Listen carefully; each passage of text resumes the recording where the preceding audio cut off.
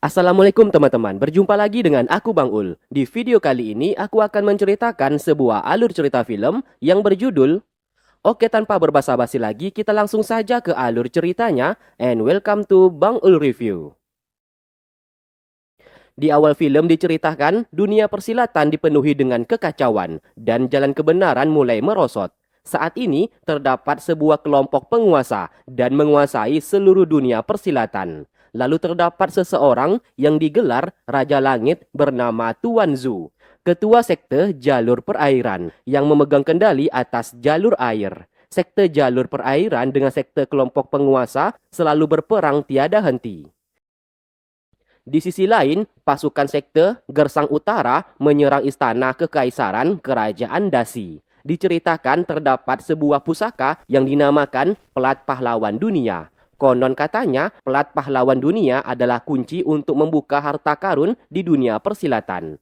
Pelat Pahlawan Dunia lalu dibawa oleh Nyonya Wu, ibu dari jenderal besar kerajaan Dasi bernama Nyonya Wuji, untuk diamankan.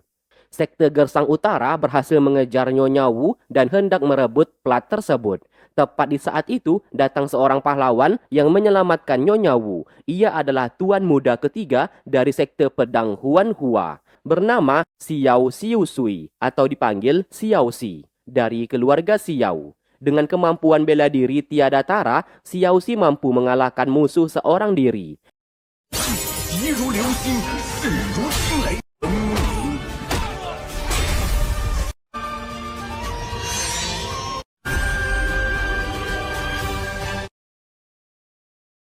Ternyata adegan yang kita lihat saat ini adalah sebuah naskah cerita yang sedang ditulis oleh seorang pemuda. Ia sengaja membuat tokoh bernama Xiao Xi menjadi ahli bela diri tidak terkalahkan dan berdiri di atas puncak bela diri yang terkuat. Tidak hanya tampan, Xiao Xi juga dianugerahi kekuatan ajaib dan memiliki bakat bela diri yang langka sepanjang zaman. Saat berumur 12 tahun, ia sudah menguasai teknik pedang sekte Huan Hua dari keluarga Xiao. Umur 18 tahun, Yan Kuangtu, paman seperguruannya, mengajari ilmu bela diri kepadanya, menanamkan tenaga dalam kepompong darah mendidih. Saat tenaga dalam itu meledak, akan memberikan kekuatan setara 600 tahun kultivasi.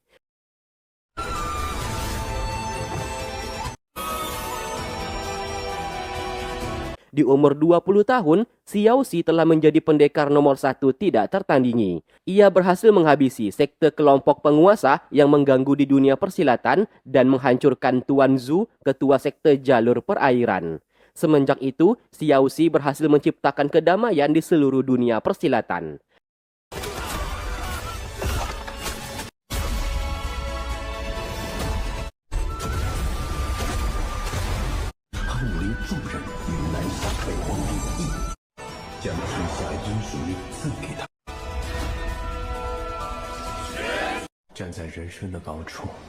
Setelah berhasil menyelesaikan naskah ceritanya, ia pun mengirimnya ke dalam suatu sistem. Namun tiba-tiba, sistem itu menolak karena karakter Xiao Xi yang dibuatnya terlalu berlebihan dan melanggar alur cerita. Secara mengejutkan, ia seperti dihisap ke dalam sistem tersebut dan melemparnya ke naskah cerita yang dibuatnya sendiri.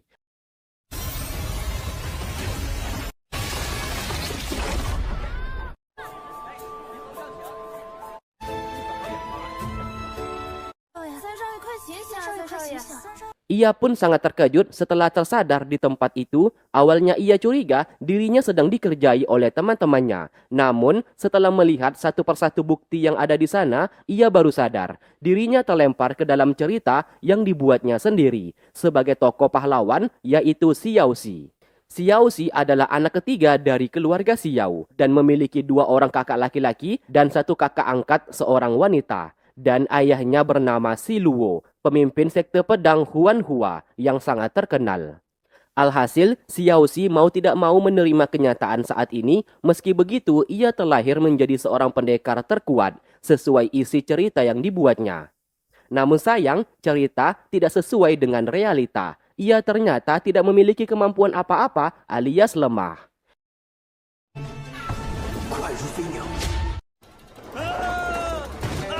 Kebetulan pasukan sekte kelompok penguasa sedang memburunya. Beruntung kakak angkatnya datang ke sana bernama Xiao Yu dan membantu ia untuk melarikan diri. 秋水，又闯祸了吧？走。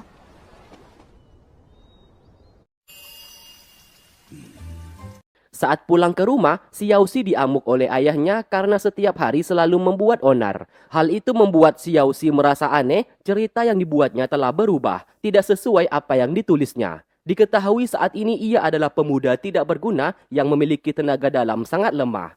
Kakak pertamanya bernama Xiao Ran dan kakak keduanya Xiao Yan. Meski Xiaoqi diceritakan sering membuat masalah, namun keluarganya sangat menyayanginya. Apalagi ibunya bernama Nyonya Sun yang selalu melindungi ia di saat ayahnya hendak menghukumnya.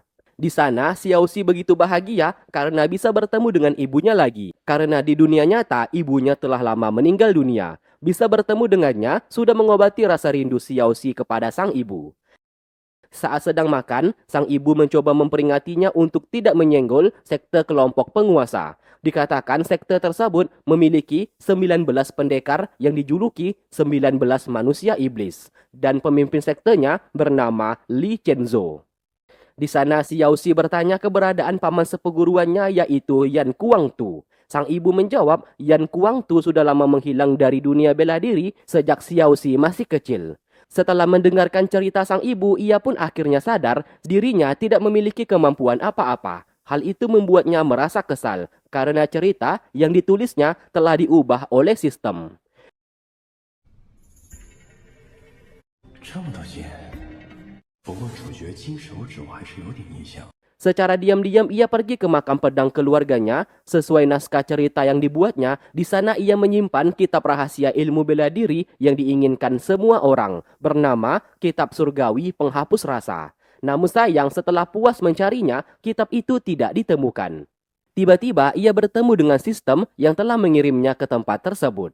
Xiaoxi tentu saja sangat marah dan meminta untuk mengirimnya kembali.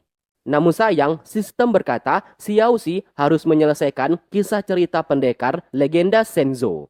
Ia akan menjadi tokoh utama yang tidak memiliki kemampuan apa-apa. Namun karena kegigihan dan tekad yang kuat, Xiaoxi akhirnya menjadi pendekar hebat yang mampu mencapai puncak kejayaan. Untuk bisa keluar dari sana, ia harus menjadi Xiaoxi, tokoh utama, dan menyelesaikan cerita tersebut. Perlu diingat apabila ia mengubah cerita, maka kepompong darah di tubuhnya akan bereaksi, membuatnya mati satu kali. 什么鬼呀、凡事不出头。 Lantas ia pun mendapatkan misi baru, yaitu menantang sekte Balai Emas, dan Xiaoxi teringat sekte Balai Emas adalah bagian dari sekte kelompok penguasa. Apabila ia menghancurkannya, maka keluarga Xiao akan celaka. Ia pun tidak ingin melakukan itu dan hendak kabur. Karena ia mengubah jalan cerita, kepompong darah mulai bereaksi sehingga membuatnya mati. Padahal tepat di depan matanya, portal jalan keluar untuk kembali ke dunianya telah terlihat.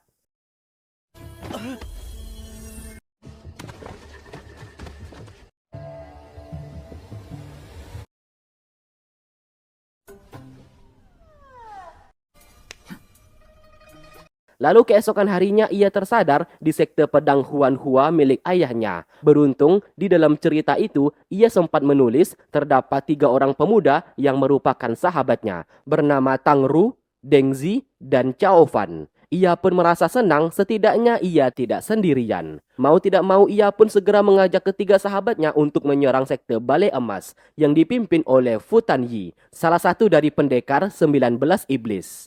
Dikira akan ditolak, ketiga temannya di sana justru bersemangat dan mengajak Xiaoxi untuk bergerak hari ini juga. Saat melihat wajah Tang Ru, ia teringat sesuai isi cerita saat berhadapan dengan Fu Tanyi, Tang Ru diserang dari belakang oleh pasukan milik Fu Tanyi. Karena itu ia pun tidak ingin mengajaknya pergi. Namun justru Xiaoxi ditertawakan oleh sahabatnya di sana karena mereka adalah sahabat yang siap mati bersama. Tidak mungkin Tang Ru tidak ikut ke dalam misi kali ini.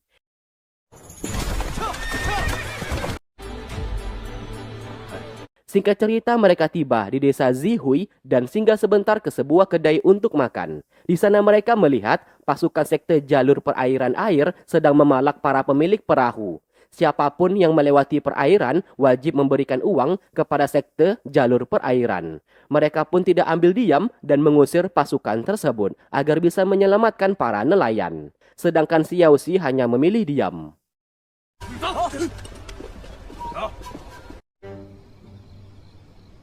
Di malam hari, mereka telah tiba di markas sekte Balai Emas. Xiao Xi memberikan topeng untuk menutupi identitas. Lagi-lagi, ia ditertawai oleh sahabatnya di sana dan mereka tanpa ragu langsung masuk ke dalam menggunakan ilmu meringankan tubuh. Sedangkan Xiao Xi yang begitu lemah tidak bisa melakukannya.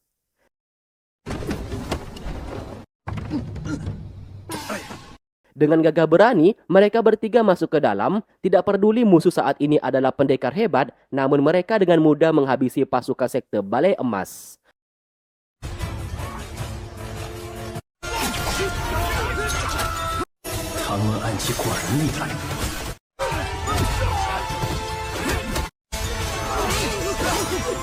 Xiao Xi yang melihat itu menjadi sangat terkejut. Ketiga sahabatnya ternyata sangat hebat. Padahal naskah cerita yang dibuatnya, ketiga sahabatnya itu hanyalah pendekar biasa-biasa saja. Tidak ingin terlibat, ia pun pergi menjauh, menunggu informasi dari teman-temannya. Namun apesnya, ia justru tak sengaja bertemu dengan ketua sekte Balai Emas yang sedang memancing, yaitu Fu Tanyi. Xiao Xi mencoba melarikan diri, sayangnya ia tidak bisa.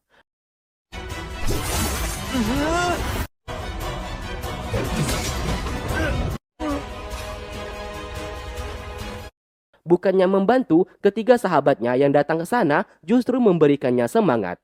Siapa sangka detik-detik kematian Xiao Xi, hal tersebut justru membangunkan tenaga dalam dan bela dirinya sekitar 20%. Alhasil ia pun mampu melepaskan diri, bahkan adu kekuatan melawan Fu Tanyi.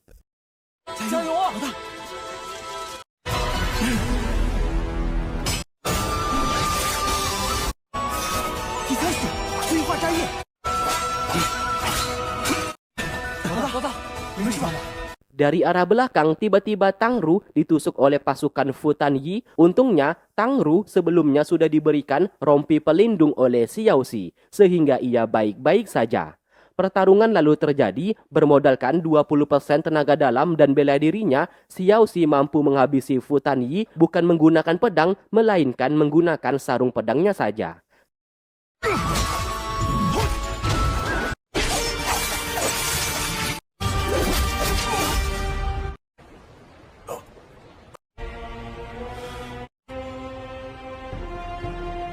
Karena hal itu mereka bertiga sangat bangga kepada Xiao Xi yang seharusnya layak menjadi ketua mereka.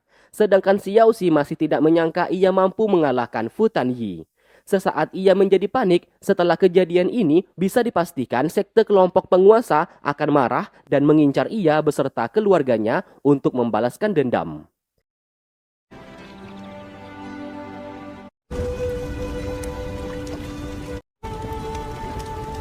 Di malam hari saat sedang makan, Xiao Xi berkata kepada mereka, Fu Tanyi adalah salah satu dari 19 pendekar manusia iblis milik sekte kelompok penguasa. Maka dari itu ia ingin mereka menjauh darinya apabila tidak ingin terlibat masalah. Tentu saja ketiga sahabatnya di sana menolak, suka duka pasti akan mereka lewati bersama. Tidak hanya itu, mereka pun juga sepakat menjadikan Xiao Xi sebagai ketua mereka dengan melakukan sumpah persaudaraan menggunakan darah.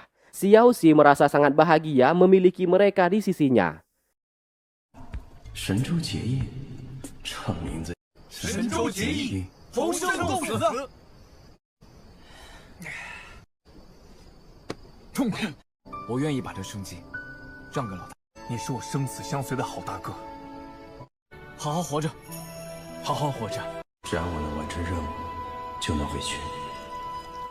Singkatnya, saat sedang tidur, ia bermimpi melihat ayah dan ibunya tewas terbunuh.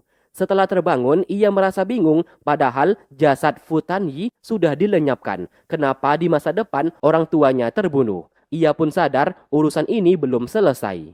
Satu-satunya cara supaya keluarga Xiao miliknya baik-baik saja adalah menjadi ketua sekte pedang Huanhua milik ayahnya.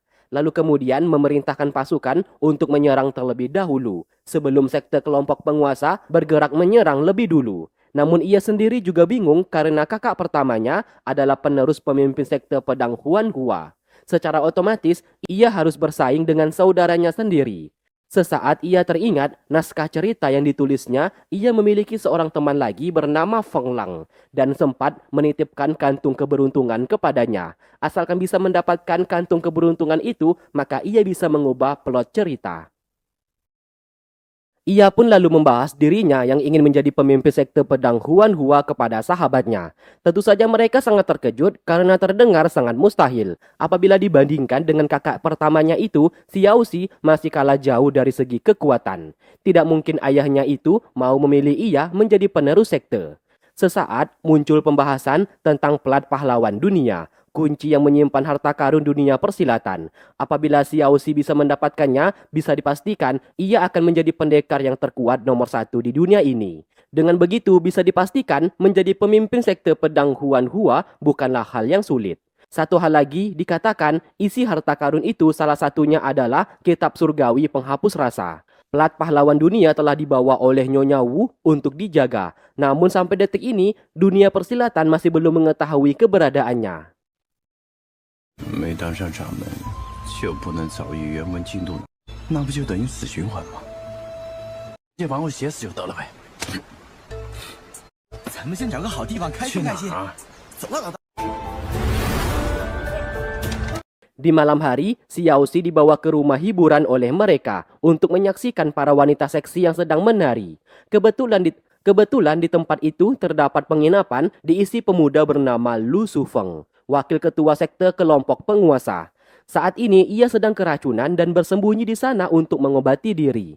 Ia pun menyiapkan mekanisme jebakan supaya siapapun yang masuk ke dalam bisa dipastikan akan langsung mati.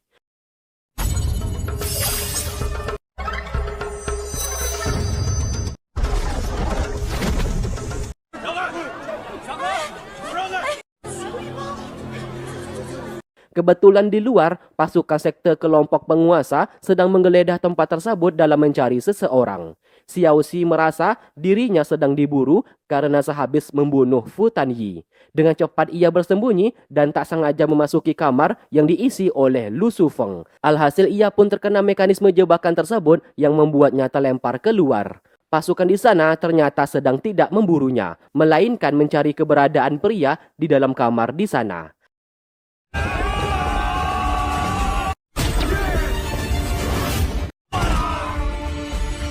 Kebetulan, Xiao Xi menemukan tanda pengenal bernama Feng Lang, teman yang dicarinya saat ini. Dari sanalah ia menduga Lu Sufeng adalah Feng Lang. Maka dari itu ia segera membantunya.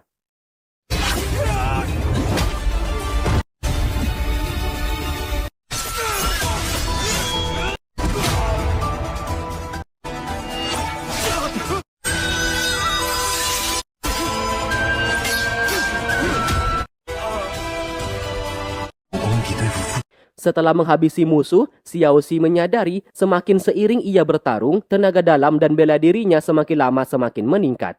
Tak lama kemudian, salah satu pasukan yang masih hidup mengecam atas tindakan Xiao Xi. Belum sempat ia membuka identitas Lu Sufeng, tiba-tiba Sufeng langsung menghabisinya. Singkatnya, Xiao Xi membawanya pulang ke rumah dan ia sangat senang akhirnya bisa bertemu dengan Feng Lang. Dengan begitu ia bisa meminta kantung keberuntungan tersebut. Sesaat ia melihat bekas luka di tangannya yang dimana Xiao Xi tidak pernah melihat bekas luka tersebut. Tak lama kemudian ia terbangun. Untuk memastikan, Xiao Xi bertanya langsung kepadanya apakah ia benar pemilik pelakat tersebut. Su Feng yang sudah mengetahui identitas Xiao Xi dari keluarga Xiao, lantas pura-pura mengaku sebagai Feng Lang. Lantas, Xiao Xi mengajaknya berjabat tangan dan berkata mereka adalah sahabat lama. Di sini, Su Feng kita sebut saja namanya Feng Lang. Xiao Xi lantas bertanya kantung keberuntungan miliknya yang dulu pernah dititipkan kepadanya. Bingung harus menjawab apa, Feng Lang mengaku ia kehilangan barang tersebut akibat suatu insiden. Mendengarkan itu, Xiao Xi hilang harapan karena itu satu-satunya cara mengubah nasibnya saat ini. Meski begitu, ia tidak marah kepadanya, ia justru berjanji akan mencari tabib untuk mengobati racun di tubuh Feng Lang. Lalu kemudian ketiga sahabatnya di sana memiliki sebuah cara. Di pavilion Baniyang terdapat arak mabuk akhirat yang terkenal mampu mengobati segala racun ataupun penyakit. Menggunakan itu, racun di tubuh Feng Lang pasti bisa disembuhkan. Xiao Xi melihat banyak sekali orang-orang datang ke sana untuk bisa mendapatkan arak mabuk akhirat. Pemilik pavilion hanya perlu mereka menukar barang-barang yang sangat langka dengan arak miliknya. Tiba-tiba datang wanita bercadar ke sana bernama Tang Fang dan ia membawa arak 100 tahun yang begitu sangat langka dan ingin ditukar dengan arak mabuk akhirat. Melihat itu, pengawal di sana hendak mempersilakannya masuk ke dalam. Dengan cepat, Xiao Xi menghentikan. Ia juga mengaku mampu membuat arak yang sangat enak dan tidak pernah ada di dunia ini. Alhasil, pengawal di sana menjadi penasaran akan hal tersebut. Xiao Xi meminta waktu setengah hari karena ia hendak mempersiapkan bahan-bahannya. Dengan segera, ia memerintahkan kedua sahabatnya di sana untuk membeli bahan-bahan yang diperlukan saat ini. 去吧，别磨磨唧唧的了。 Setengah hari kemudian, Xiao Xi kembali lagi. Ketua pavilion Baini yang menyambut kedatangan mereka. Tang Fang memberikan arak 100 tahun yang dikatakan sangat langka. Saat mencicipinya, pemilik pavilion begitu takjub dan sangat suka. Setelah itu, giliran Xiao Xi. Ia pun langsung meramu araknya sendiri, menggunakan arak di pasaran, lalu kemudian ia mencampurkan banyak bahan-bahan di dalamnya. Salah satunya ada daun mint dan jeruk.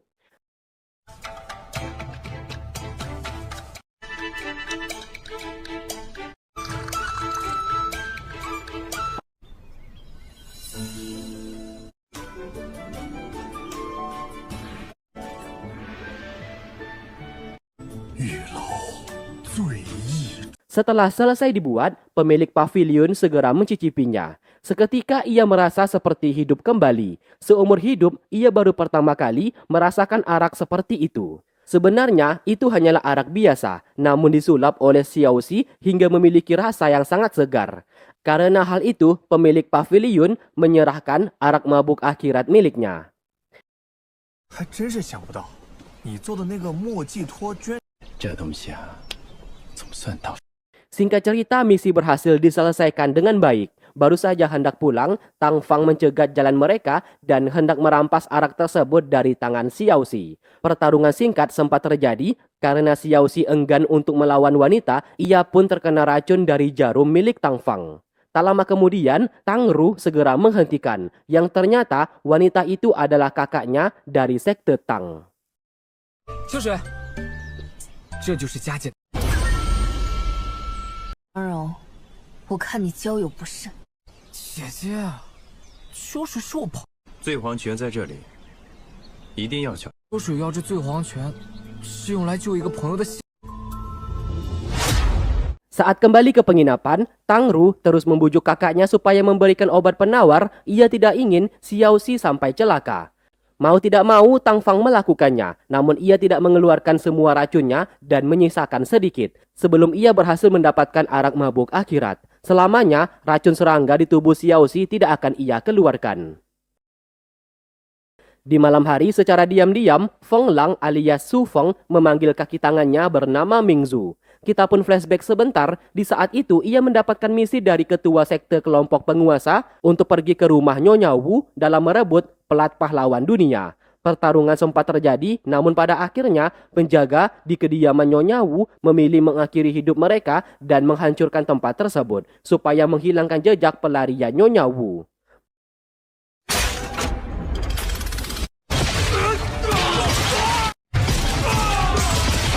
Tak lama kemudian, Su Feng datang ke sana. Sebagai wakil ketua, ia begitu disegani oleh seluruh pasukan. Mereka datang terlambat karena Nyonya Wu telah lebih dulu melarikan diri. Pengawalnya di sana memberikan sebuah pil dari ketua sekte. Saat memegangnya, ia pun tidak memakannya karena sadar itu adalah pil beracun.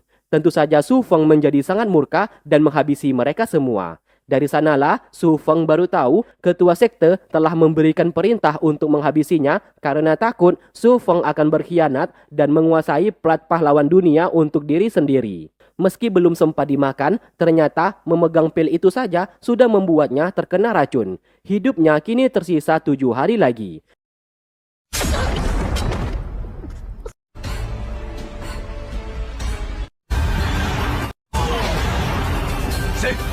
Ia pun pergi ke rumah bordil untuk bersembunyi. Kebetulan pemilik kamar penginapan itu adalah Feng Lang, sahabat yang dicari oleh Xiao Xi.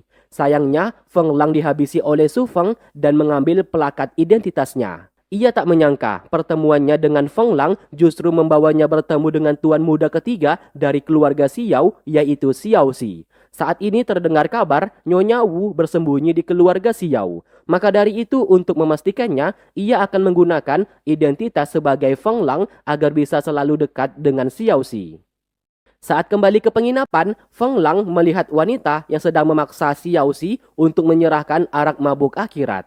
Ia pun melihat gelang tangannya yang membuatnya teringat saat kecil ia pernah dihampiri oleh seorang wanita tidak dikenal, memberikannya makanan dan menggunakan gelang seperti itu juga.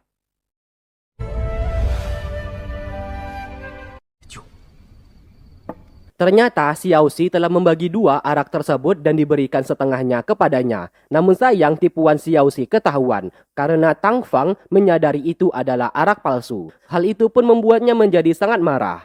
Akhirnya diketahui Tang Fang memerlukan arak tersebut untuk dihadiahkan kepada pemimpin sekte Buntu Ilmu agar bisa mendapatkan informasi. Feng Lang lantas mengaku kenal kepada ketua sekte tersebut. Ia pun memberikan giok miliknya, tunjukkan saja giok itu, maka ketua sekte Buntu Ilmu pasti memberitahukan segala informasi yang dibutuhkannya. Melihat itu, Tang Fang segera mengambilnya. Sebelum ia pergi, Xiao Xi mencegat jalannya, memaksa ia melepaskan racun serangga di tubuhnya terlebih dahulu.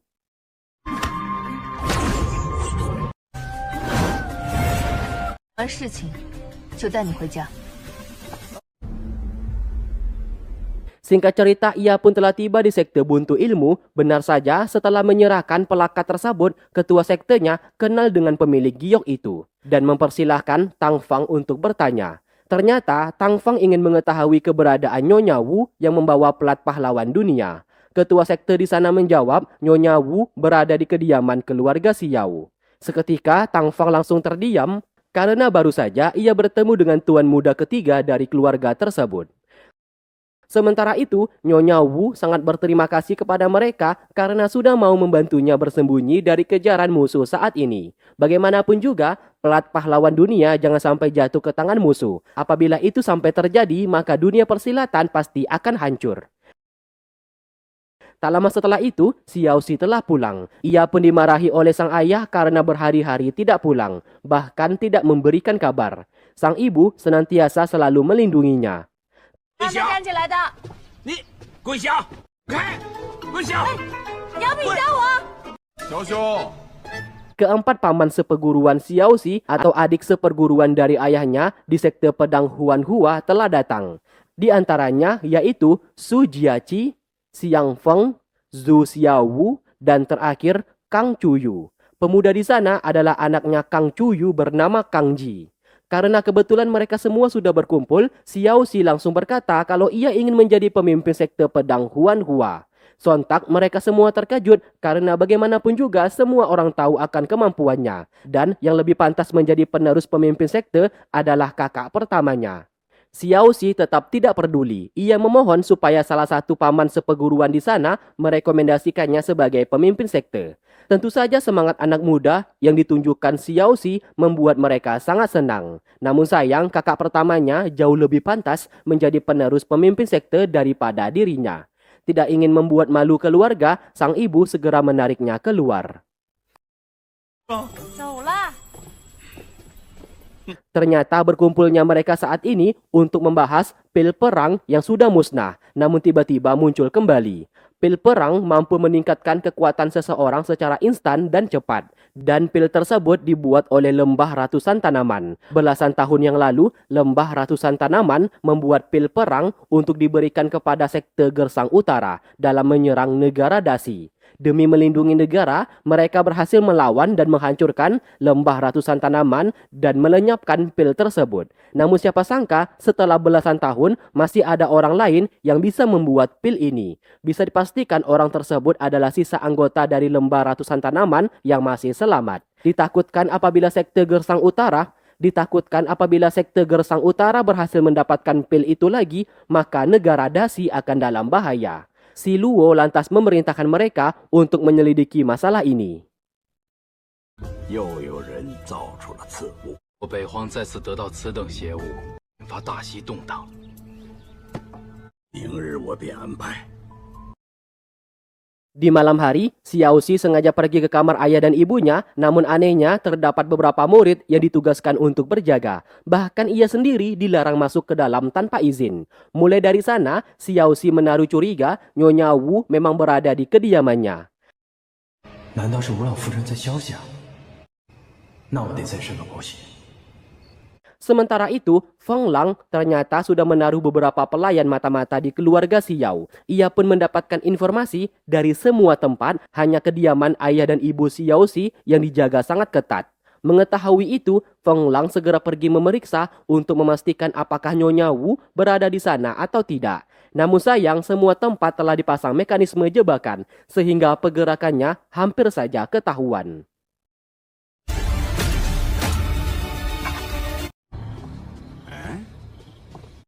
Lalu keesokan harinya, Xiaoxi bertanya bagaimana caranya agar ia bisa mendapatkan rekomendasi menjadi pemimpin sekte dari salah satu paman seperguruannya. Feng Lang memberikan ide, yaitu mendekati Kang Ji, anaknya Kang Cuyu. Diketahui, Kang Ji sangat gila bermain judi. Berita itu sudah tersebar kemana-mana, sehingga membuat Kang Cuyu sebagai ayahnya bergerak cepat menutupi aib putranya sendiri. Mendengarkan itu, Xiaoxi langsung memiliki sebuah ide. Kebetulan, Kang Ji sangat menyukai kakak angkatnya Xiaoxi, yaitu Xiao Yu, bahkan berniat melamarnya. Tentu saja lamaran itu ditolak oleh Xiao Yu, sehingga membuat Kang Ji menjadi marah dan sempat bertindak kasar. 康公子，请自重。你不过是一个萧家的养女，我看上你，是你的福气。 Tidak ambil diam, Xiaoxi segera menghentikannya. Perdebatan sempat terjadi, namun segera dilerai oleh Xiao Ren, kakak pertama, dan meminta Kang Ji untuk tidak menimbulkan masalah. 前厅早茶已备好，康叔叔正候着呢。走走走走走。 Singkatnya, Xiaoxi bersama Feng Lang mulai berakting. Di sana, Xiaoxi pura-pura menunjukkan sebuah batu ajaib yang apabila digabungkan dengan sebuah pedang dapat membuat si penggunanya memiliki tenaga dalam sangat luar biasa. Ia berencana menantang Kang Ji berduel adu ketangkasan. Siapapun yang menang maka berhak memilikinya. Hal itu sengaja dilakukan karena Xiaoxi percaya dirinya pasti akan menang dan bisa mempermalukan Kang Ji. Dari kejauhan, Kang Ji mendengarkan pembicaraan mereka. Alhasil ia pun tertipu dan ingin mendapatkan batu ajaib tersebut. Tanpa ia sadar, batu itu hanyalah tipuan belaka. 就这点东西，就想夺我的孩？那你说，你想要什么？我看你这手上这扳指不错。 Adu ketangkasan hendak dimulai. Permainannya cukup simpel, dadu siapapun yang paling tinggi maka menjadi pemenangnya. Apabila Xiaoxi kalah, ia akan memberikan batu ajaib tersebut. Apabila Kang Ji kalah, ia harus memberikan cincin pusaka yang dimiliki olehnya. Karena Kang Ji sangat ahli bermain judi, ia pun percaya diri tidak akan kalah. Permainan lalu dimulai. Siapa sangka mereka berdua memiliki angka dadu yang sama-sama tinggi. Tidak ingin kalah, Kang Ji menuduhnya menggunakan buah dadu yang telah dicampuri bahan merkuri dan bertindak curang. Buah dadu milik Xiaoxi langsung dihancurkan olehnya. Namun sayang, buah dadu tersebut terlihat normal. Justru sebaliknya, buah dadu milik Kang Ji yang memiliki bahan merkuri. Itu menandakan ia sudah bertindak curang. Xiaoxi langsung mengambil cincin pusaka milik Kang Ji beserta uangnya, lalu hendak pergi dari sana. Tidak terima sudah dipermainkan, Kang Ji menghina Xiao Yu, kakak angkatnya itu sebagai anak pungut. Sontak perkataannya itu menyulut amarah Xiaoxi dan menghancurkan cincin pusaka milik Kang Ji. 我的少掌门令，就真以为自己可以随意亲近别人？小秋水。 Pertikaian mereka lalu dihentikan dan di sana Kang Cuyu segera menghentikan tindakan putranya yang sudah kurang ajar. Ia pun meminta maaf kepada Xiaoxi atas kejadian ini.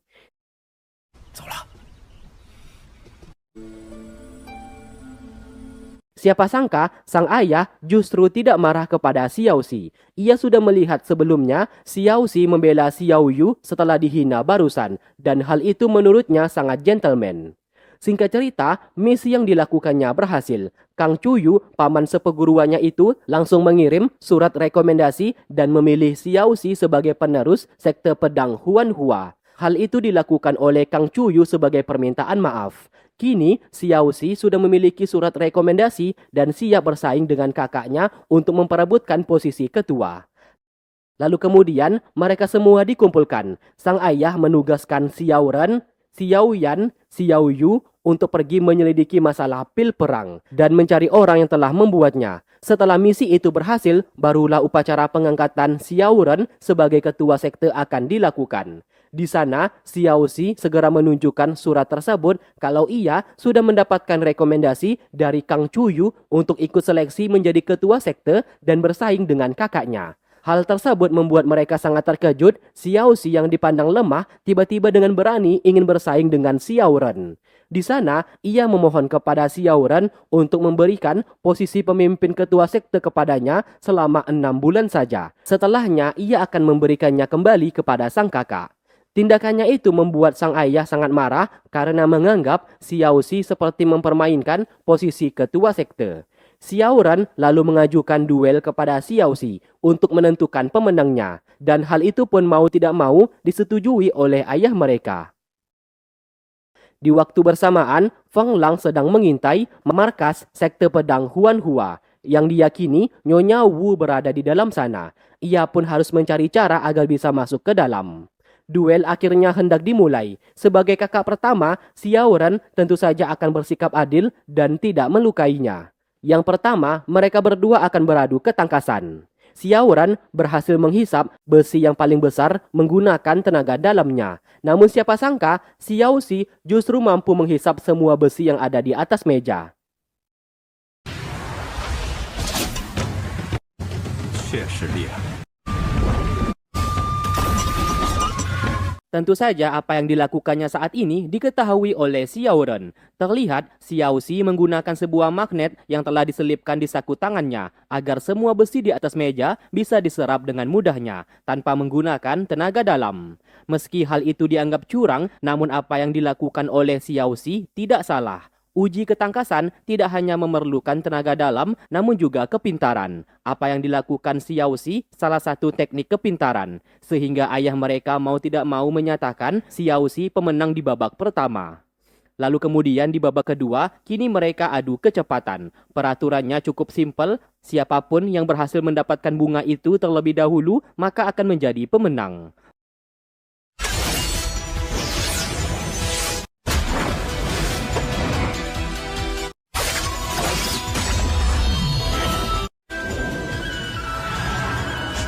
Hampir saja Xiaoxi berhasil mendapatkan bunga tersebut, namun tiba-tiba Xiao Ren menyerangnya dengan sungguh-sungguh. Xiaoxi yang sadar ada orang-orang di belakangnya terpaksa menerima serangan tersebut demi melindungi mereka.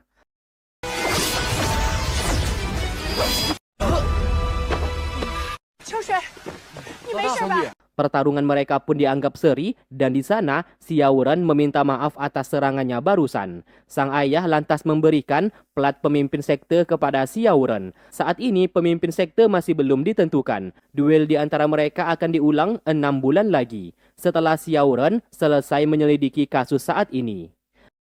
等半年后，你们兄弟二人要想当一派掌门，若等待半年，1分1秒都急不得。 等你半年以后，我们再堂堂正正的比试。踏踏实实练武，就要有那么多本。我去给你拿些药来。好的，也没办法了呀，只能等了。 Di sisi lain, semua orang terkejut sekaligus ketakutan karena pasukan sekte kelompok penguasa mengirim sebuah peti yang berisikan jasad Fu Tanyi dan di sana terdapat pedang milik Xiaoxi yang menandakan target sekte kelompok penguasa selanjutnya adalah Xiaoxi. Berita itu pun terdengar ke telinga mereka. Salah satu murid melapor sekte kelompok penguasa hendak membalaskan dendam kepada keluarga Xiao karena Xiaoxi telah menghabisi Fu Tanyi. Tentu saja mereka semua sangat terkejut. Kebetulan Tang Fang juga datang ke sana dengan alasan ingin menjemput adiknya pulang. Karena ini adalah masalahnya, Xiao Xi akan bertanggung jawab dan meminta mereka semua untuk tidak ikut campur, supaya mereka tetap aman. Siapa sangka ayahnya di sana tidak marah dan justru sangat bangga. Ia mampu menghabisi Fu Tanyi seorang diri. Maka dari itu, apabila sekte kelompok penguasa ingin balas dendam kepada keluarga mereka, ia akan pasang badan untuk menghadapinya. Semua orang di sana pun juga siap membantu. 来的仇怨不由我萧家，对，跟此事毫无相关，即刻离开此地吧。师兄的事，就是我的事。我定要与萧家共进退，绝不退缩。不要命了！流水是我的救命恩人，我自当共患难。我萧某心领。掌门。 Tak lama kemudian, pasukan musuh telah datang. Salah satu pendekar yang bernama Yang Xin memaksa mereka menyerahkan Xiao Xi beserta Nyonya Wu karena diketahui Nyonya Wu berada di kediaman Xiao.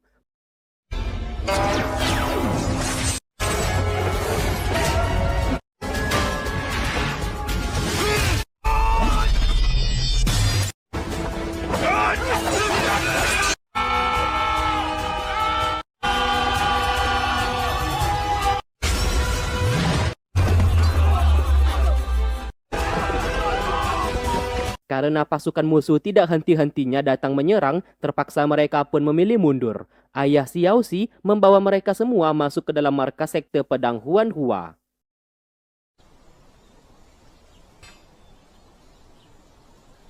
Siapa sangka Feng Lang memiliki mata-mata di keluarga Xiao. Ia pun memerintahkannya untuk memeriksa satu persatu kamar di tempat tersebut, jangan sampai ada yang terlewat, agar bisa menemukan keberadaan Nyonya Wu. Dengan cepat, ia pun bergerak melumpuhkan kedua murid di sana menggunakan bubuk beracun. Karena ia mengetahui di dalam kamar tersebut tempat persembunyian Nyonya Wu. Dari arah belakang, Tang Fang tak sengaja melihatnya. Alhasil, ia pun menjadi panik dan menyerang.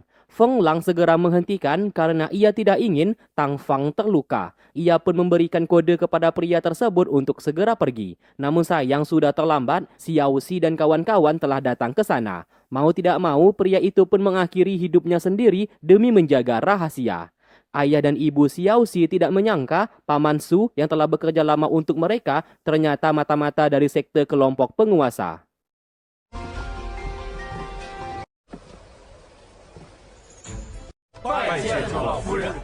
Singkat cerita, mereka pun memberikan hormat kepada Nyonya Wu. Dan di sana, Nyonya Wu sengaja menunjukkan keberadaannya. Rapat lalu diadakan. Misi kali ini mengirim Nyonya Wu kembali ke negara Dasi. Satu-satunya cara untuk mengelabuhi musuh di luar sana yaitu memalsukan identitas Nyonya Wu dan membuat duplikatnya. Dengan begitu, pasukan sekte kelompok penguasa akan terkecoh. Xiao Xi lantas mengajukan diri untuk sebagai umpan. Ia siap mengemban tanggung jawab tersebut. Akhirnya semua orang dikumpulkan, lengkap dengan pakaian yang sama. Misi kali ini tidak boleh gagal, karena masa depan dunia persilatan berada di tangan Nyonya Wu yang membawa plat pahlawan dunia. Tepat sebelum Xiao Xi pergi, ayah dan ibunya meminta ia untuk berhati-hati dan kembali dengan selamat. Terlihat sang ibu menangis karena takut terjadi apa-apa kepada putra kesayangannya. 去吧，啊！保重，一定要。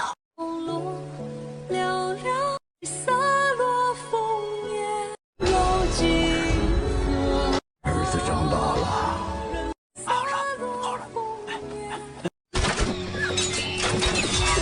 Mereka semua pun lalu keluar dan bertarung melawan pasukan kelompok penguasa. Sesaat, Feng Lang memberikan kode kepada Mingzu yang dibawa saat ini adalah Xiao Xi yang menyamar menjadi Nyonya Wu.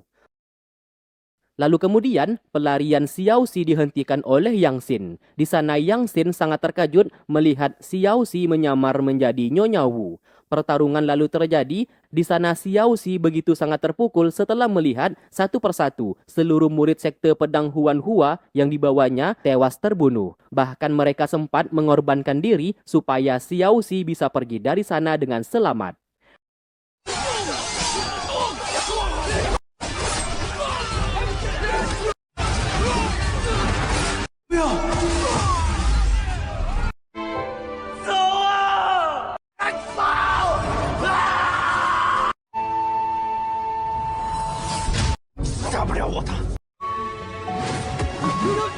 Sementara itu, Tang Fang bersama Feng Lang yang mengawal Nyonya Wu juga ikut diserang. Alangkah terkejutnya mereka, ternyata itu bukanlah Nyonya Wu. Alhasil, Feng Lang memberikan kode kepada Mingzu supaya pergi dari sana.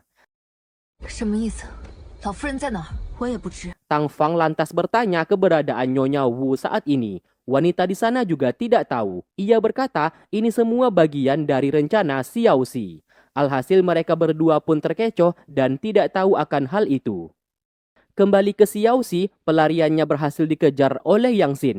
Namun siapa sangka, ia sengaja mengumpan mereka ke sana karena ia sudah menyiapkan mekanisme jebakan. Dengan begitu, ia mampu mengalahkan semua musuhnya.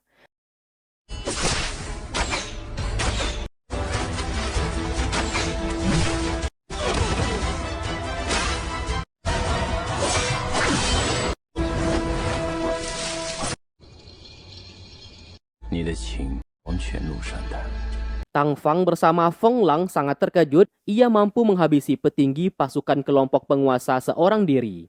Di sana Xiao Xi berkata ia sengaja menyiapkan semua rencana ini supaya pelarian Nyonya Wu tetap selamat. Ia sudah mengutus Tang Ru dan yang lainnya untuk mengawal Nyonya Wu. Melihat itu, Feng Lang memilih diam karena ia sendiri tidak menyangka Xiao Xi mampu menyiapkan strategi seperti ini. Di sisi lain, Xiao Ren, Xiao Yan, dan Xiao Yu mendatangi beberapa korban ke biadaban sekte kelompok penguasa. Mereka dijadikan kelinci percobaan. Setiap pil perang yang berhasil dibuat, mereka dipaksa untuk memakannya. Apabila pil itu gagal, maka mereka akan terkena racun dan menjadi gila. Mendengarkan itu, mereka telah salah menduga karena mengira ini perbuatan sekte Gersang Utara. Setelah itu, mereka singgah sebentar ke pavilion Guangling, milik sekte pedang Huanhua. Wanita di sana bernama Nangong sekaligus keluarga jauh mereka. Nangong begitu senang melihat kedatangan mereka, terutama Xiao Ren. Di malam hari, Xiao Xi berhasil menemukan keberadaan mereka, dan Nyonya Wu terlihat baik-baik saja. Beberapa murid lalu membuat makanan untuk makan malam.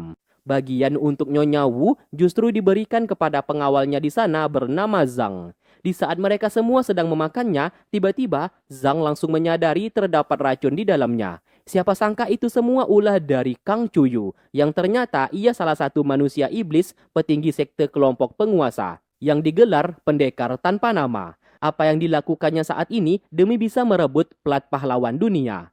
Terlihat Feng Lang juga ikut terkejut karena selama ini ia juga tidak tahu ternyata Kang Chuyu berasal dari sekte kelompok penguasa. Ternyata Kang Chuyu tidak sendirian, ia membawa beberapa petinggi lainnya untuk menyerang mereka. Zhang bersama yang lainnya mencoba menghadapi musuh sedangkan Xiao Xi dan kawan-kawan segera membawa Nyonya Wu untuk diselamatkan.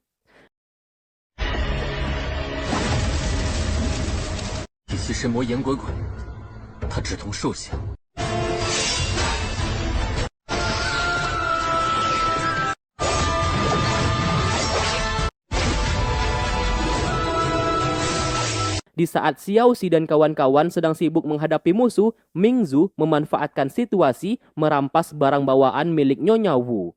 Feng Lang lalu pura-pura mengejarnya. Di sana, Nyonya Wu meminta mereka untuk tidak usah khawatir, plat pahlawan dunia tersimpan baik di dalam kotak nirwana. Selain dirinya, tidak akan ada yang bisa membuka kotak tersebut. Apabila dipaksa, maka kotak nirwana akan meleleh dan menghancurkan plat pahlawan dunia yang ada di dalamnya. Feng Lang yang berhasil mendapatkan tas milik Nyonya Wu sangat terkejut setelah melihat kotak nirwana. Mustahil ia bisa membukanya. Maka dari itu ia pun melukai diri sendiri dan berniat membawa kotak itu kembali, seolah-olah ia berjasa karena berhasil mendapatkannya. Selebihnya ia akan memikirkan cara lain untuk mendapatkan plat tersebut. Singkat cerita, esok hari pun tiba. Mereka semua telah dilumpuhkan oleh Kang Chuyu bersama Kang Ji putranya. Xiao Xi bersama Tang Fang yang sempat pergi sebentar terkejut melihat itu. Kang Chuyu lantas mengancam Xiao Xi untuk segera menyerahkan plat pahlawan dunia. Apabila tidak, maka ia akan menghabisi mereka semua. Feng Lang datang ke sana dan hendak menyerahkan plat tersebut yang telah berhasil didapatkannya. Melihat itu, Kang Chuyu langsung menyerang, membuat Feng Lang terluka parah. Untung saja, tas itu berhasil dilempar dan diambil oleh Xiao Xi. 风狼，进坐。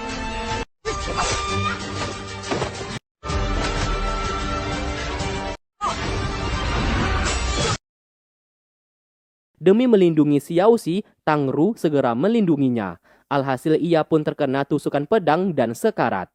Tak lama kemudian, pasukan Nyonya Wu akhirnya datang ke sana. Atas perintah Nyonya Wu, seluruh pasukan langsung melepaskan anak panah. Sehingga membuat Kang Ji terbunuh. Sedangkan Kang Cuyu terpaksa meninggalkan putranya di sana. Tang Ru dibawa kembali ke base camp untuk disembuhkan. Tak lama setelah itu, tabib keluar menyampaikan berita buruk, Tang Ru sudah tidak bisa diselamatkan lagi. Mereka pun segera masuk ke dalam dan begitu sangat bersedih, terutama Tang Fang, kakaknya di sana. Tepat sebelum meninggal, Tang Ru menyampaikan pesan ia meminta Xiaoxi untuk menjaga dan melindungi kakaknya. Ia sangat senang bisa memiliki teman sekaligus sahabat seperti mereka.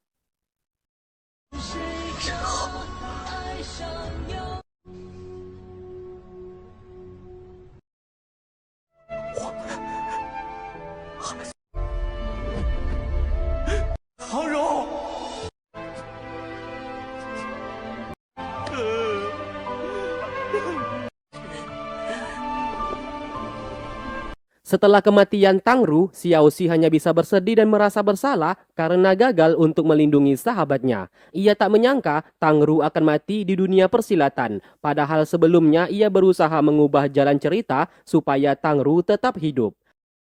Jasad Tang Ru lantas dikirim kembali ke sekte Tang. Di sana, Tang Fang tidak bisa mengirim adiknya pulang karena ia masih ada urusan yang belum diselesaikan. Maka dari itu, Nyonya Wu memerintahkan pasukannya untuk pergi mengawal jasad tersebut. Xiaoxi dan kawan-kawannya lantas memberikan penghormatan terakhir untuk sahabat mereka.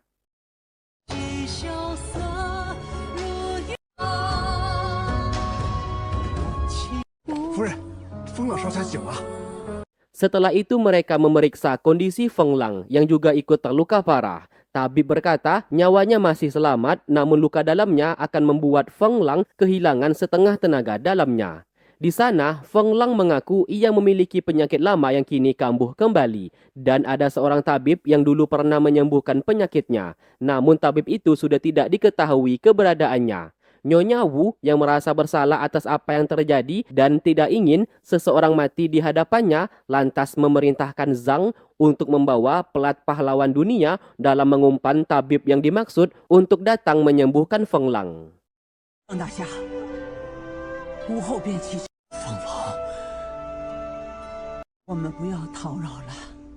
Setelah mereka pergi, Feng Lang ternyata hanya mengarang cerita. Sejak awal ia menyegel tenaga dalamnya supaya terlihat ia sedang lemah untuk mengelabui semua orang. Kedua sahabatnya di sana berencana untuk pulang ke sekte masing-masing dalam meminta bantuan sekte mereka supaya mau menolong keluarga Xiao yang saat ini sedang berhadapan dengan sekte kelompok penguasa. Xiaoxi lantas meminta mereka untuk berhati-hati di jalan. 我现在就回去，求爹爹出死。路上你们出处小心，保重，保重。 Sedangkan Zhang sedang memegang kotak nirwana. Ia pun lantas membuka mekanisme kotak tersebut yang telah diajari oleh Nyonya Wu sebelumnya. Sesuai perintah, Zhang akan mengumumkan kepada dunia persilatan pelat pahlawan dunia berada dengannya, bertujuan mengumpan tabib yang dimaksud oleh Feng Lang supaya datang ke sana. Tiba-tiba, Feng Lang menyegel tubuh mereka berdua dan berhasil mendapatkan pelat tersebut. Dari sanalah mereka akhirnya tahu Feng Lang adalah Lu Shufeng, wakil ketua sekte kelompok penguasa yang selama ini sedang menyamar. Zhang berhasil melepaskan diri dan bertarung melawannya, namun sayang ia kalah kekuatan hingga akhirnya terlempar keluar.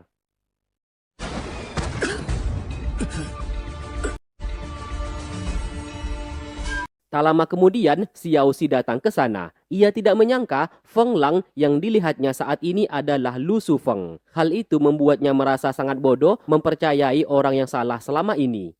Feng Lang mencoba melarikan diri dan membawa Tang Fang bersamanya. Xiaoxi langsung mengejarnya.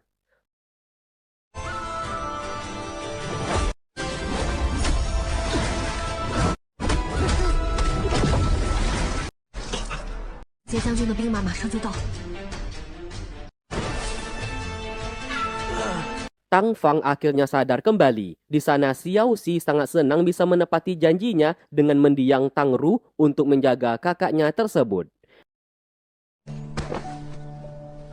秋水，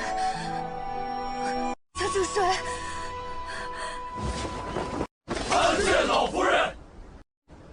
我儿呢？ Sementara itu, Nyonya Wu didatangi oleh pasukan Jenderal Wu milik putranya. Pasukan itu berkata, Jenderal Wu difitnah oleh pemerintahan atas tuduhan gagal menjaga perbatasan. Maka dari itu, mereka memohon kepada Nyonya Wu untuk segera kembali ke negara Dasi dalam menyelamatkan Jenderal Wu. Mendengarkan itu, Nyonya Wu yang sangat khawatir kepada putranya bersedia ikut pergi bersama mereka. 老夫人，事已至此，被应允了他们吧？罢了，这却是把老骨头。当然，姐姐一定不会有事的。我在这儿。 Setelah itu, Nyonya Wu menghampiri Xiao Xi yang saat ini masih belum sadarkan diri. Ia sudah mendapatkan informasi apa yang telah terjadi.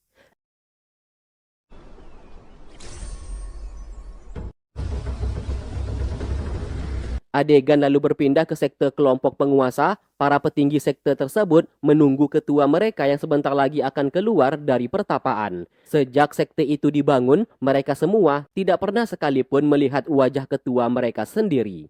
Tak lama kemudian, Feng Lang atau kita sebut saja namanya Su Feng telah kembali. Ia sudah tahu pasukan yang hendak membunuhnya tempo hari bukan perintah dari ketua sekte, melainkan perintah dari mereka semua yang tidak suka kepadanya menjadi wakil ketua sekte. Karena tidak mungkin ketua sekte melakukannya. Tentu saja tuduhan Su Feng ditepis oleh mereka dan mereka menuduh Su Feng sedang memecah belah sekte kelompok penguasa.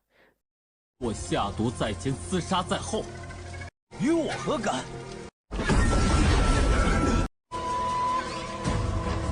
Tak lama kemudian, ketua sekte telah datang dan menghentikan perdebatan mereka. Ia bernama Li Chenzo. Kaki tangannya di sana bernama Sirong. Li Chenzo meminta mereka untuk berhenti menyudutkan Su Feng, bagaimanapun juga mereka harus menghormatinya sebagai wakil ketua. Apabila masalah ini masih terjadi, Li Chenzo tidak akan segan-segan memusnahkan mereka. Su Feng lalu menyerahkan pelat pahlawan dunia yang berhasil didapatkan. Li Chenzo lalu mengambilnya yang ternyata itu adalah palsu. Kita pun flashback sebentar, di saat dulu pelat pahlawan dunia sempat dicuri oleh pendekar terhebat nomor 1 yang tidak lain adalah Yan Kuangtu. Semua orang berkumpul untuk memperebutkannya, termasuk ketua sekte kelompok penguasa yang ternyata memiliki wajah sangat mirip seperti Xiao Xi. Yan Kuangtu menantang mereka semua. Apabila berhasil mengalahkannya, maka ia akan menyerahkan pelat tersebut beserta kitab surgawi penghapus rasa. 不服吗？今天老子就跟你们过过招，不仅把英雄令交给他天书，要是赢不了我燕狂土，都要听我的调遣。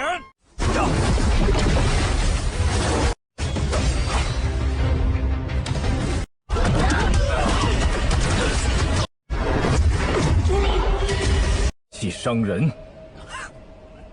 Pertarungan itu pun sesaat terhenti di saat Li Chenzo berhasil menyerangnya. Namun di sana, Yan Kuangtu sangat kesal karena Li Chenzo menyerangnya menggunakan tubuh bawahannya sendiri sampai terluka. Maka dari itu, ia pun membawa pria tersebut pergi dari sana. Saat dulu, pelat pahlawan dunia dibuat oleh ketiga sekte besar, yaitu sekte Shaolin, sekte Wudang, dan sekte Mei. Di belakang pelat itu terdapat cap jempol masing-masing dari ketiga pemimpin sekte tersebut. Namun, pelat yang dibawa oleh Su Feng tidak ada cap jempolnya, yang menandakan itu adalah pelat palsu. Mengetahui itu, Su Feng menjadi sangat kesal. Ia baru sadar ini pasti perbuatan Xiao Xi. Ketua sekte lantas memerintahkan Su Feng untuk pergi mendapatkan pelat pahlawan dunia yang asli. Misinya kali ini tidak boleh sampai gagal. Sedangkan untuk para petinggi sekte lainnya diperintahkan membantu Su Feng dan mereka tidak boleh berselisih satu sama lain.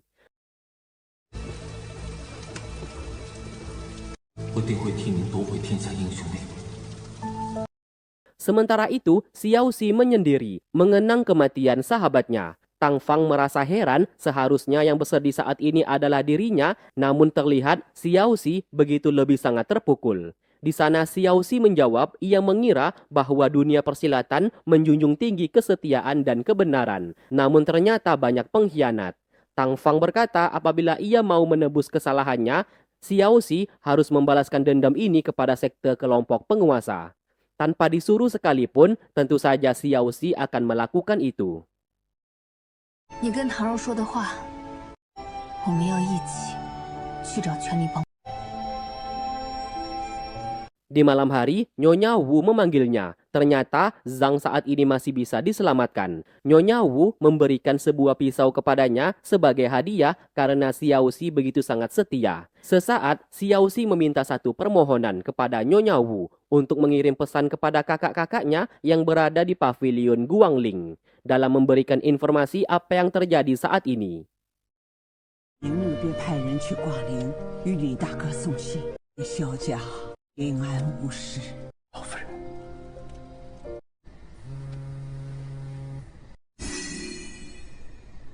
Baru saja hendak tidur, ia mendapatkan misi baru dari sistem, yaitu menaklukkan Lu Shufeng dan mengubahnya menjadi pengikutnya.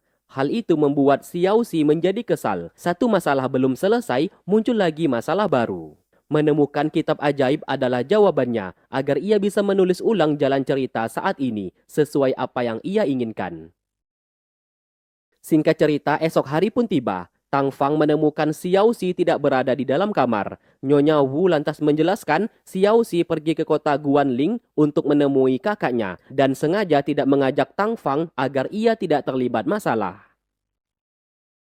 Di perjalanan, tiba-tiba kereta kuda yang disewa oleh Xiaoxi dihadang oleh para bandit. Hal itu membuatnya menjadi kesal karena jalan cerita seperti ini sudah basi. Ia pun keluar dan melumpuhkan mereka. 下来，赶紧下来！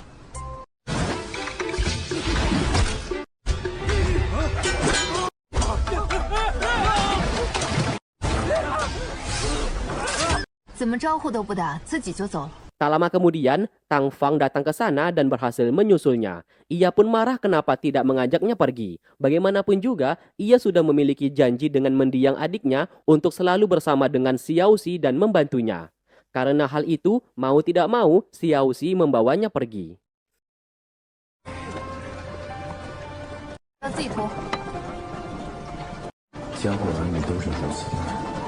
Di malam hari mereka istirahat sebentar. Tang Fang mulai curhat masalah keluarganya. Setelah ayahnya jatuh sakit, sekte Tang mulai merosot dan terjadi masalah konflik internal. Itulah alasan Tang Ru memilih pergi dan berkelana di dunia bela diri. Melihat Xiaoxi saat ini, ia akhirnya sadar Xiaoxi adalah orang baik dan setia kawan. Pantas saja mendiang adiknya dengan sukarela mau menjadi pengikutnya.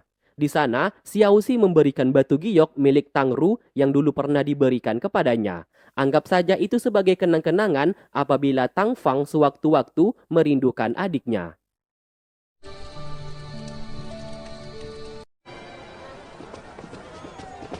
Lalu keesokan hari, Xiaoxi pergi ke sekte Ding dengan tujuan meminta bantuan sekte Ding dalam membantu keluarga Xiao menghadapi sekte kelompok penguasa. Namun sayang kedatangannya tidak disambut baik, bahkan sekte Ding tidak mau ikut campur ke dalam masalah keluarga Xiao. Hal itu sempat membuat Tang Fang menjadi sangat kesal karena mereka begitu penakut dan ingin menyerangnya, namun segera dihentikan oleh Xiaoxi dan membawanya pergi dari sana.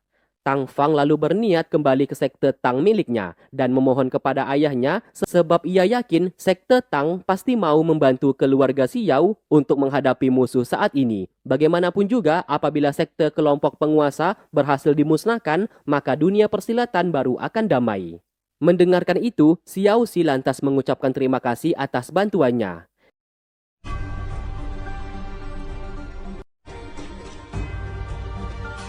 Singkat cerita, mereka pun telah tiba di sekte Tang. Di sana Tang Fang memintanya untuk menunggu sebentar, sementara ia akan menemui ayahnya. Baru saja masuk ke dalam kamar sang ayah, tiba-tiba Tang Fang diserang dan ditangkap oleh sepupunya sendiri, bernama Tang Xin dan Tang Song. Sedangkan Xiaoxi juga ikut ditangkap setelah duduk di kursi tersebut.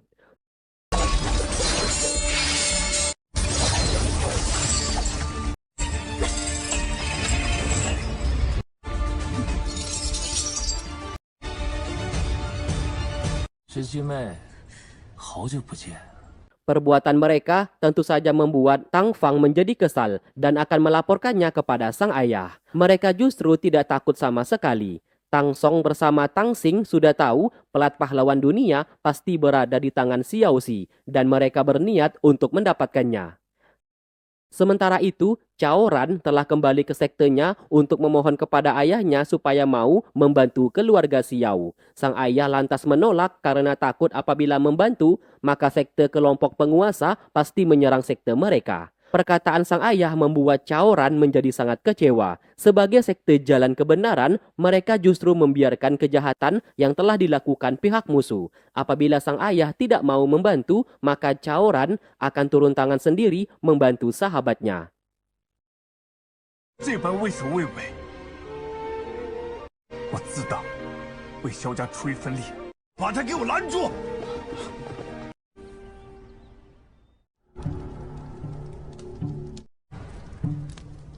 Sementara itu, Xiao Xi yang telah ditangkap, semua barang bawaannya diperiksa. Namun sayang mereka tidak menemukan apa-apa. Tang Xing lantas menghampiri dan memasukkan pil kejujuran ke dalam mulut Xiao Xi secara paksa dan memaksanya untuk berkata jujur keberadaan pelat pahlawan dunia saat ini. Dalam keadaan setengah sadar, Xiao Xi menjawab, pelat pahlawan dunia terkubur di wilayah sekte Tang. Mendengarkan itu, mereka semua pun segera pergi untuk mencari.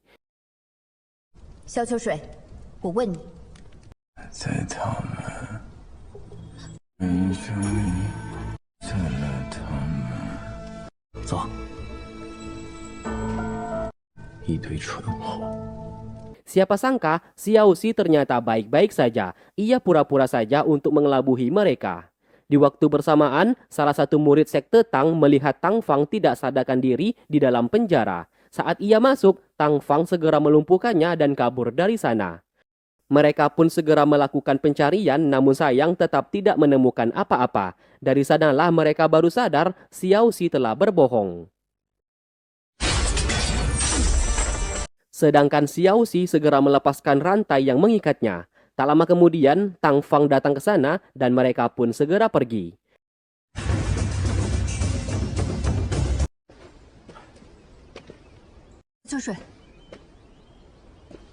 Setelah berhasil kabur, Tang Fang berkata jujur alasan ia mendekati keluarga Xiao sebenarnya untuk mendapatkan pelat pahlawan dunia dan menemukan kitab surgawi penghapus rasa. Namun saat ini, Xiao Xi begitu mempercayainya dan menganggap ia sebagai teman.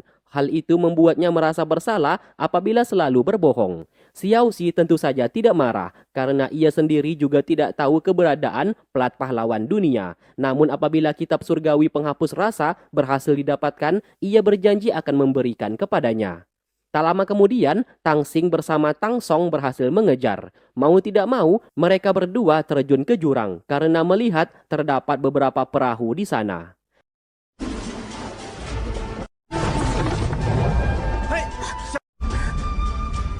Tanpa sengaja, Xiao Xi menarik baju Tang Fang sampai robek dan memperlihatkan bagian tubuhnya. Ia melakukan itu karena Tang Fang hampir saja jatuh ke sungai. Sayangnya, Tang Fang tidak peduli dan menjadi marah. Ia pernah bersumpah di makam ibunya, siapapun yang melihat tubuhnya maka akan ia bunuh. Apabila tidak membunuhnya, maka pria tersebut wajib menikahinya.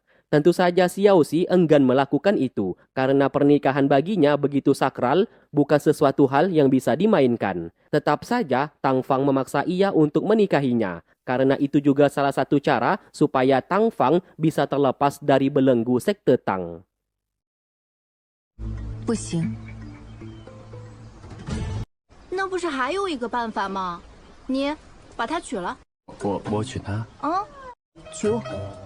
你别闹了，暂时杀不得你，你我完成拜堂成。 Sementara itu mereka berdua sengaja menyebar rumor kepada dunia persilatan kalau pelat pahlawan dunia berada di tangan Xiao Xi. Dengan begitu, para pendekar di dunia ini pasti langsung memburunya.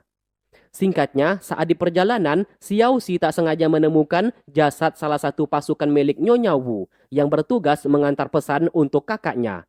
Dari sana ia sadar semua pesan yang selama ini dikirim selalu dicegat oleh sekte kelompok penguasa. Akibat itu, ia pun harus segera pergi menemui para kakaknya dan menceritakan apa yang telah terjadi. Mereka pun lalu berpisah. Tang Fang dipinta untuk masuk ke dalam kota mencari penginapan, sementara ia akan mencari pemilik perahu yang bisa disewa. Esok pagi, mereka akan melanjutkan perjalanan. Setelah Tang Fang pergi, pemilik kedai di sana berkata kepada Xiao Xi, di kota Guangling banyak sekali penginapan yang menipu dan menculik para pelanggan. Ia pun dipinta untuk berhati-hati. Mendengarkan itu, Xiao Xi menjadi panik. Ia pun segera masuk ke dalam kota dan mendatangi salah satu penginapan paling pertama.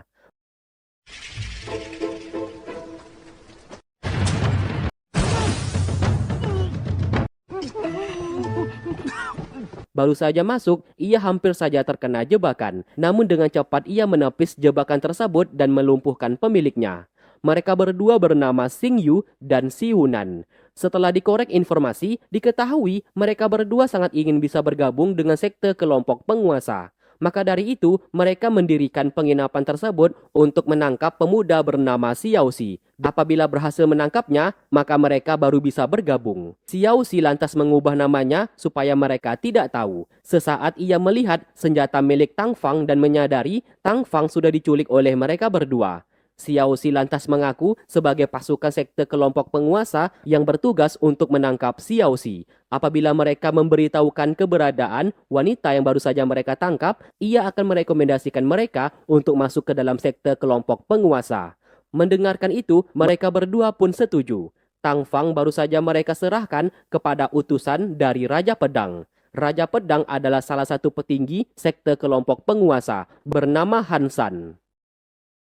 Ternyata Su Feng telah berada di kota Guangling. Setelah mendapatkan informasi, Raja Pedang berhasil menculik Tang Fang. Hal itu membuat Su Feng menjadi khawatir akan keselamatan Tang Fang.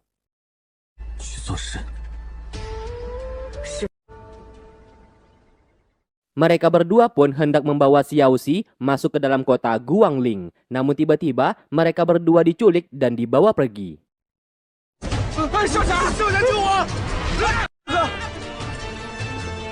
Tak lama kemudian, kedua sahabatnya datang ke sana. Mereka mengatakan gagal meminta bantuan sekte mereka masing-masing untuk membantu keluarga Xiao. Mendengarkan itu, Xiao Xi tidak mempermasalahkannya. Melihat mereka baik-baik saja, itu sudah lebih dari cukup. Ia pun menceritakan apa yang terjadi kepada Tang Fang dan harus secepatnya mencari keberadaan Raja Pedang yang telah menculiknya. Kedua wanita di sana berkata, di kota Guangling terdapat pendekar keadilan bernama Tuan Su. Apabila mereka bisa meminta bantuannya, maka keberadaan Tang Fang bisa ditemukan. Di hutan Yingong, pendekar Su yang dikenal sebagai pendekar keadilan didatangi oleh kedua belah pihak keluarga yang sedang bertengkar. Dengan kemampuan dan nama baik pendekar Su yang terkenal di kota Guangling, ia pun mampu menyelesaikan masalah mereka. 是为天下第一公平。伙长们，在惩处完了凶徒，此事便武林各派本当以和为贵，共抗不。遵屈大侠教诲，谨遵屈大侠教诲。 Dari kejauhan, Xiao Xi yang melihat itu lantas menghampiri pendekar Su dalam meminta bantuan. Mengetahui ia adalah Xiao Xi, pendekar Su lantas membawanya pulang ke rumah. Di sana Xiao Xi lalu meminta bantuan untuk menyelamatkan temannya yang diculik oleh Raja Pedang. Tuan Su menjawab ia pasti akan membantunya. Saat ini sudah tersebar informasi Xiao Xi membawa pelat pahlawan dunia hingga diburu oleh sekte kelompok penguasa. Xiao Xi lantas dipinta untuk tinggal dulu di sana agar tetap aman. Sesaat Xiao Xi melihat senjata milik Tang Fang yang menancap di tembok. Seketika ia sadar Tang Fang telah diculik oleh Tuan Su yang tidak lain adalah Raja Pedang, petinggi sekte kelompok penguasa. Ia pun bersikap tenang sambil berkata pelat pahlawan dunia telah diambil oleh Su Feng. Ekspresi Tuan Su seketika langsung berubah. Namun ia menutupinya dengan berjanji kepada Xiao Xi pasti akan membantu menemukan temannya itu. 会找到剑王下落，我即刻派人去寻。 Ternyata memang benar Tuan Su adalah Su Han San, si Raja Pedang. Ia menemui Su Feng untuk memastikan apakah benar pelat pahlawan dunia ada dengannya atau tidak. Su Feng lantas mengatainya bodoh telah mempercayai perkataan Xiao Xi. Pelat pahlawan dunia yang diambilnya adalah palsu, dan itu semua sudah dikonfirmasi oleh ketua sekte mereka. Su Feng percaya Xiao Xi pasti memilikinya. Apapun yang terjadi, Raja Pedang harus segera mendapatkannya, karena ini perintah dari ketua sekte. Sementara itu, Xiao Xi memanfaatkan situasi untuk mencari keberadaan Tang Fang. Ia tidak sadar tempat yang didatanginya itu adalah gudang yang mengurung Tang Fang saat ini. Belum sempat ia masuk, Kang Cuyu datang menghentikan. Dari sanalah ia semakin yakin Tuan Su adalah Raja Pedang.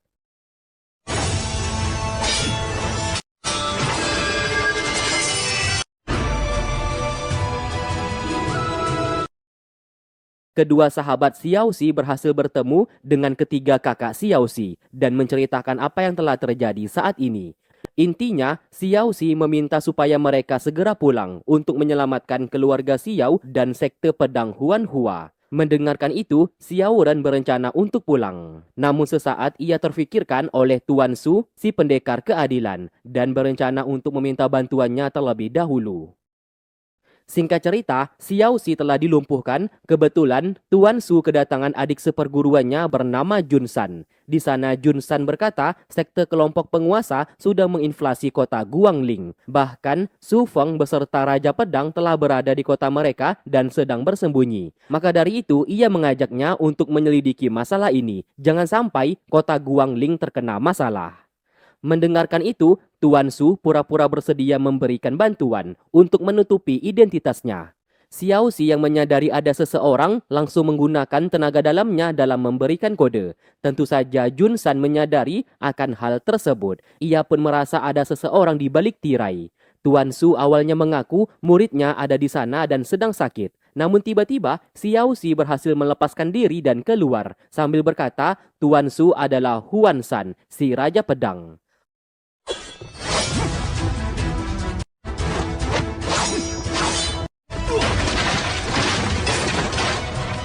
你已中毒，半个时辰不解，必会毒发。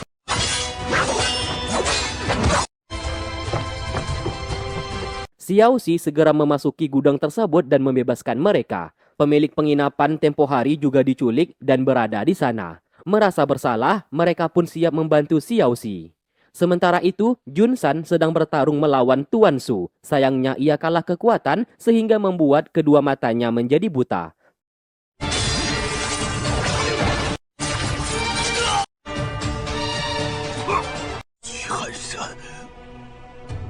Tepat di saat ia hendak dibunuh, Xiao Xi datang menyelamatkannya. Jun San yang mengetahui identitas Xiao Xi lantas memaksa ia untuk meninggalkan tempat tersebut. Xiao Xi tentu saja menolak. 我即便有天下英雄，能会给你。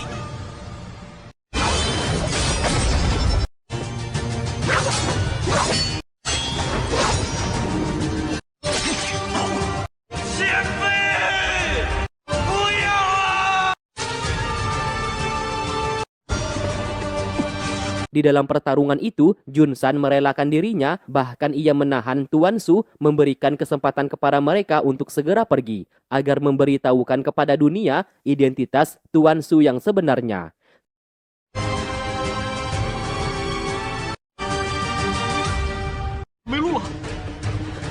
Sayangnya pelarian mereka terhenti di jalan buntu. Kang Cuyu membawa pasukan untuk menangkap mereka. Tanpa sadar, tepat di bawah kaki Xiao Xi dan kawan-kawan, terbuka pintu rahasia yang menjebak mereka ke dalam sebuah tempat.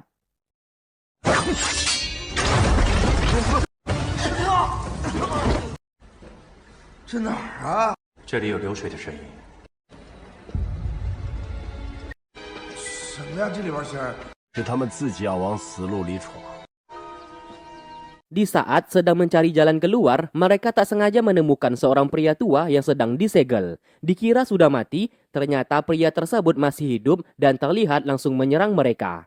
Xiao Xi lantas mengambil plat namanya yang diketahui ia bernama Yusan. Mereka lalu berkata, Yusan, Hansan, dan Jusan adalah 3 pendekar bersaudara. Mendengarkan itu, Xiao Xi tidak menyangka Hansan, si Raja Pedang, begitu tega menyegel saudara seperguruannya sendiri. Terlihat Yusan seperti keracunan. Untuk bisa membuatnya sadar kembali, mereka harus menghancurkan tenaga dalamnya, barulah racun tersebut bisa hilang. Tidak ada jalan lain, Xiaoxi segera menghapus tenaga dalamnya. 姐妹，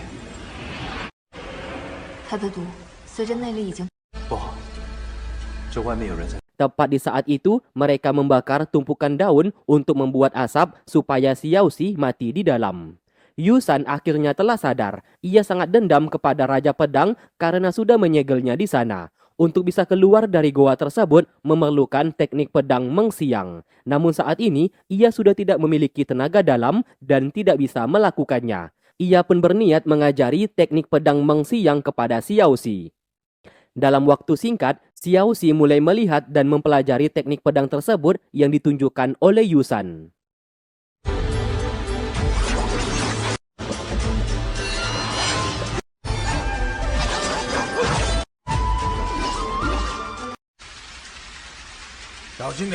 Singkat cerita, Xiaoxi yang sudah menguasai teknik tersebut langsung menghancurkan segel di goa itu yang berada di dalam sungai. Untung saja ia mampu melakukannya, sehingga setelah ia keluar, mereka pun bisa meninggalkan tempat tersebut. Sesaat kita diperlihatkan jasad Yusan yang sebenarnya, yang menandakan Yusan yang ditemui oleh Xiaoxi saat ini adalah palsu.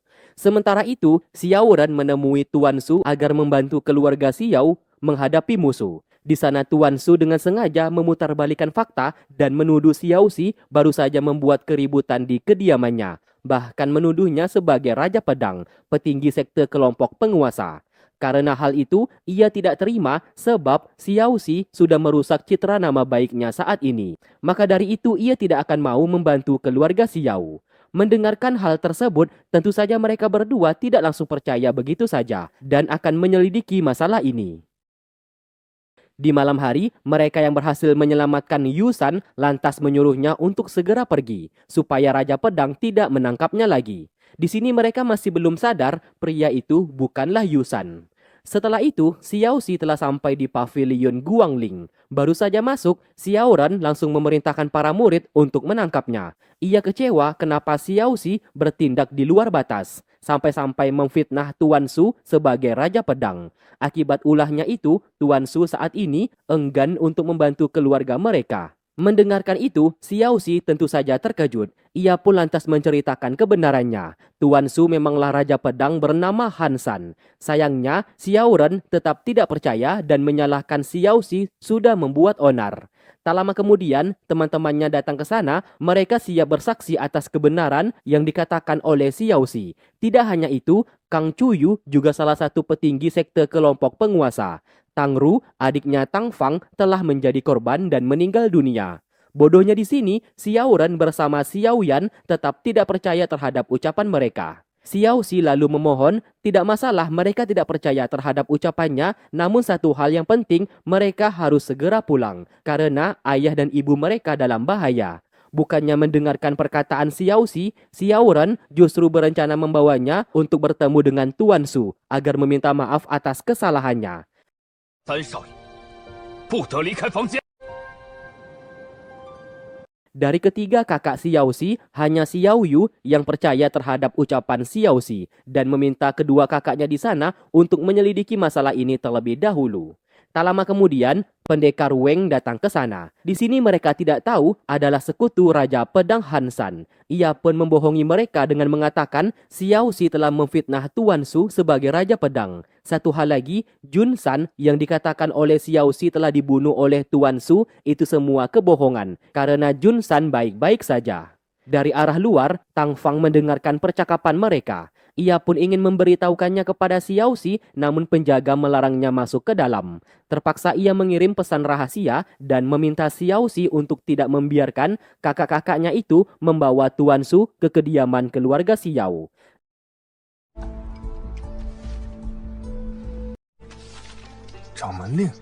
Ia pun lalu mengirim surat kepada Tang Fang dalam memerintahkan mereka untuk mendapatkan plat sekte pedang Huan Hua yang disimpan oleh Xiao Ren. Apabila mendapatkan itu, Xiaoxi bisa memerintahkan semua murid untuk segera pulang. Melihat surat itu, mereka pun segera bertindak.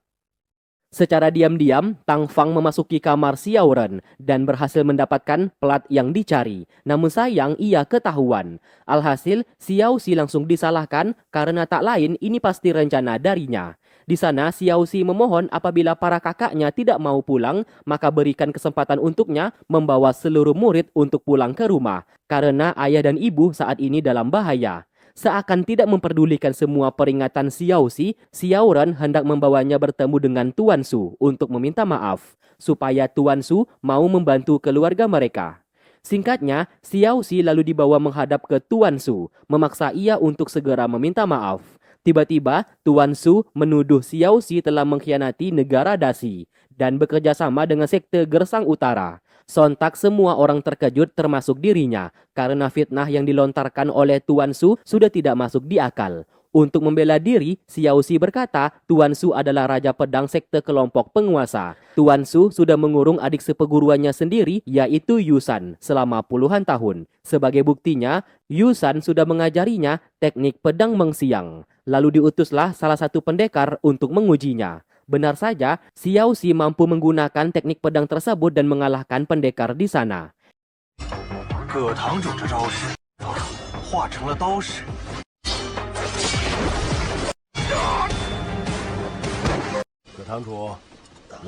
Siapa sangka teknik pedang yang digunakan oleh Xiao Xi bukanlah teknik pedang mengsiang, melainkan teknik 13 golok peminum darah milik seseorang bernama Yu Qiqing dari sekte Gersang Utara, musuh negara Dasi. Hal itu pun dibenarkan oleh Xiao Ren kakaknya. Saat peperangan negara Dasi melawan Gersang Utara, seluruh pasukan Gersang Utara menggunakan teknik pedang tersebut. Tak lama kemudian mereka datang ke sana membawa Yusan. Siapa sangka Yusan mengaku namanya adalah Yu Qiqing dari Gersang Utara. Ia pun berakting seolah-olah Xiao Xi telah mengkhianati kerjasama dengan sekte Gersang Utara. Melihat itu, Xiao Xi hanya tersenyum. Ia tidak menyangka Tuan Su telah menyiapkan jebakan untuknya selama ini. Xiao Ren tiba-tiba menamparnya agar ia tidak membuat ulah lagi.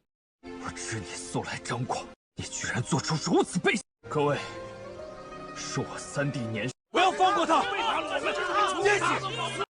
你们千万别相信他。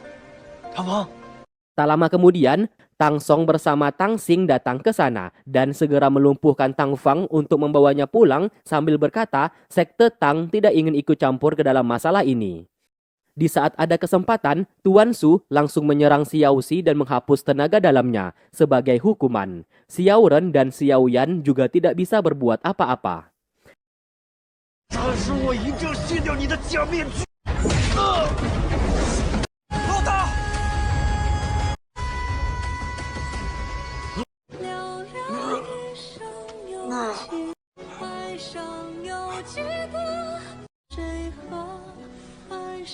赶紧把3弟带回去。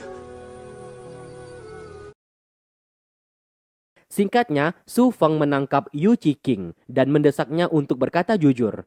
Ternyata, Su Feng berasal dari sekte Tang, anak tidak sah dari ketua sekte Tang di saat itu. Intinya, ketua sekte Tang atau ayahnya Tang Fang terpaksa meninggalkan Su Feng beserta ibunya. Beberapa tahun kemudian, Su Feng bersama ibunya mendirikan lembah ratusan tanaman dan berhasil membuat pil perang. Tak lama setelah itu, sekte Gersang Utara hendak membeli resep pembuatan pil perang. Namun hal itu ditolak oleh mereka karena efek dari pil tersebut sangat berbahaya. Lalu diutuslah Yu Qiqing untuk mencuri resep tersebut. Sayangnya ia ketahuan namun ia berhasil kabur. Sekte Gersang Utara akhirnya berhasil membuat pil perang sendiri dan memfitnah lembah ratusan tanaman yang telah memberikan. Akibat hal itu, setelah peperangan antara sekte Gersang Utara melawan negara Dasi, sekte kebenaran, salah satunya adalah keluarga Xiao, menghancurkan lembah ratusan tanaman, menyebabkan ibu Su Feng meninggal dunia. Dan dikala itu, Su Feng diselamatkan oleh pemimpin sekte kelompok penguasa. 我句句属实，绝不敢说谎，得找他们对质啊！天苍白。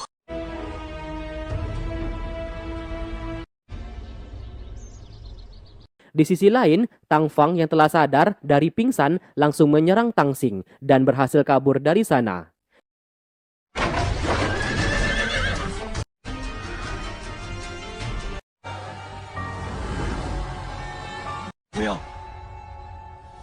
Sementara itu, Xiaoxi telah terbangun dari tidur setelah memimpikan ayah dan ibunya meninggal dunia.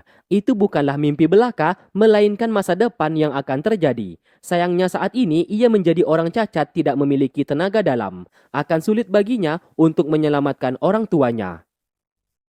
Tak lama kemudian, ketiga kakaknya datang menjenguk. Karena frustasi, Xiaoxi mencoba memberitahukan tentang identitasnya dan ia bisa melihat masa depan. Tiba-tiba sistem langsung memberikan peringatan yang membuat Xiaoxi merintih kesakitan.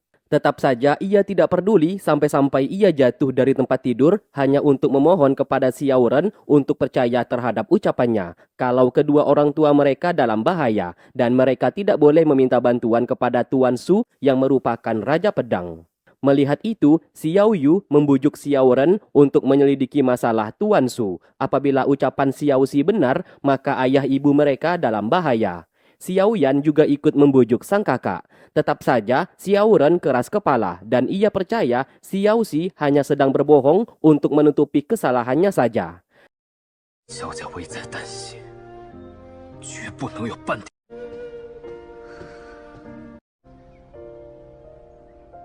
Setelah mereka pergi, Tang Fang datang ke sana. Ia terkejut melihat kondisinya saat ini. Xiaoxi lantas meminjam beberapa senjata milik Tang Fang, lalu kemudian menyuruhnya untuk pergi menemui seorang tabib dan membawanya ke sana dalam menyembuhkannya. Ditemani oleh Yu Han, Tang Fang segera pergi.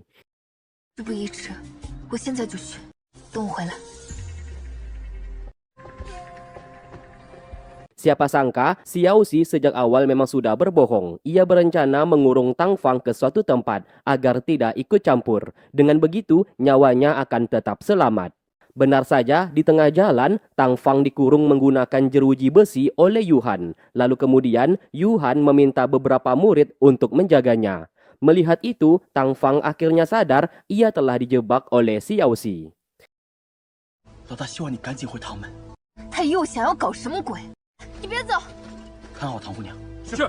Singkatnya, Xiao Ren beserta yang lainnya menjemput Tuan Su dan mereka akan berangkat menuju kediaman Xiao. Di tengah jalan, tiba-tiba Xiaoxi menghadang jalan mereka. Xiao Ren sempat marah kenapa berada di sana. Xiaoxi mengaku ia ingin meminta maaf secara tulus kepada Tuan Su atas kesalahannya dan ia ingin berbicara empat mata.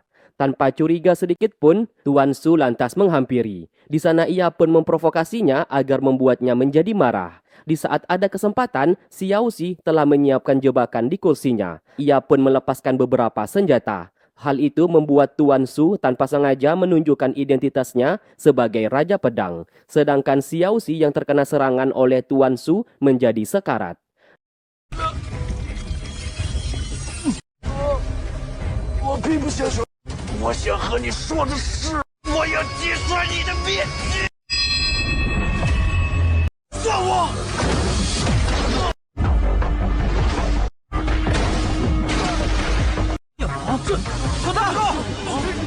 Raja Pedang bersama pasukannya lantas segera pergi. Mereka segera menghampiri Xiaoxi yang hampir mati. Di sana Xiao Ren sangat menyesal karena sempat tidak percaya terhadap ucapannya. Namun menyesal tidak ada guna karena Xiaoxi akhirnya meninggal dunia.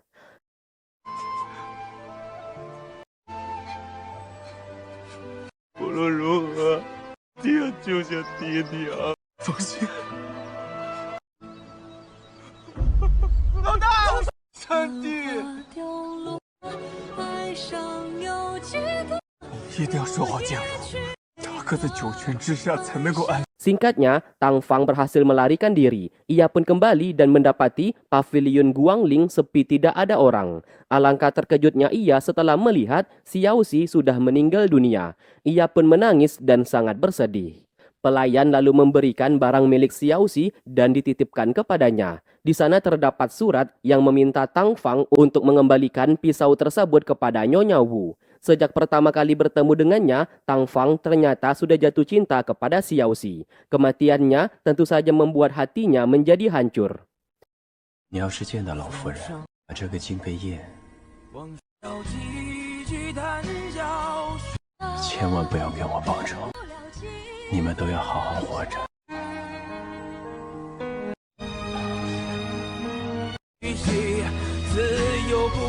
Di malam hari, ia pun Ia pun minum arak sampai mabuk, mengenang kisahnya bersama Xiao Xi. Sesaat ia mendengarkan suara keributan. Saat kembali, ternyata jasad Xiao Xi sudah hilang. Pelayan mengatakan Su Feng, wakil ketua sekte kelompok penguasa, sudah menculiknya.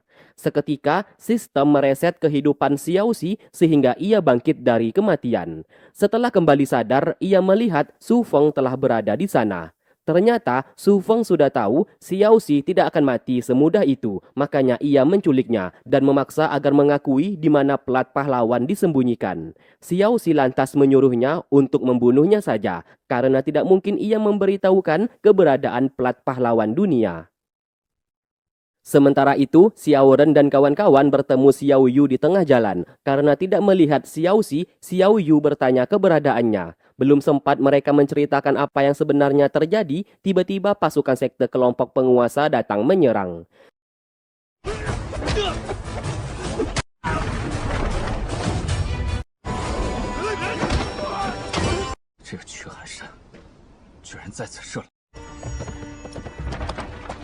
Setelah berhasil mengalahkan pasukan musuh, Xiao Yan datang menyusul dan membawa informasi. Di depan mereka, sekte kelompok penguasa sudah membuat base camp. Akan sangat sulit apabila melewati jalan yang sama. Satu-satunya cara untuk bisa pulang, mereka harus mutar jalan dan melewati sekte Dian Chang. Kebetulan, sekte Dian Chang berteman baik dengan keluarga Xiao mereka. Maka dari itu, Xiao Ren mengajak mereka semua untuk melewati sekte Dian Chang sambil meminta bantuan. Kembali ke Xiao Xi, terlihat ia sedang asik makan tanpa memperdulikan dari mana asal makanan tersebut. Benar saja, setelah selesai makan, tiba-tiba ia merintih kesakitan. Yang ternyata, Su Feng sudah mencampuri sebuah racun. Sebentar lagi ia akan kehilangan tenaga dalamnya. Itu sebagai bentuk peringatan karena Xiao Xi tidak mau memberitahukan keberadaan plat pahlawan dunia. Di malam hari, Su Hansan, si Raja Pedang, mendatangi Su Feng, memaksa ia menyerahkan Xiao Xi. Su Feng sudah tahu rencana busuknya yang ingin mendapatkan plat pahlawan dunia untuk kepentingannya sendiri.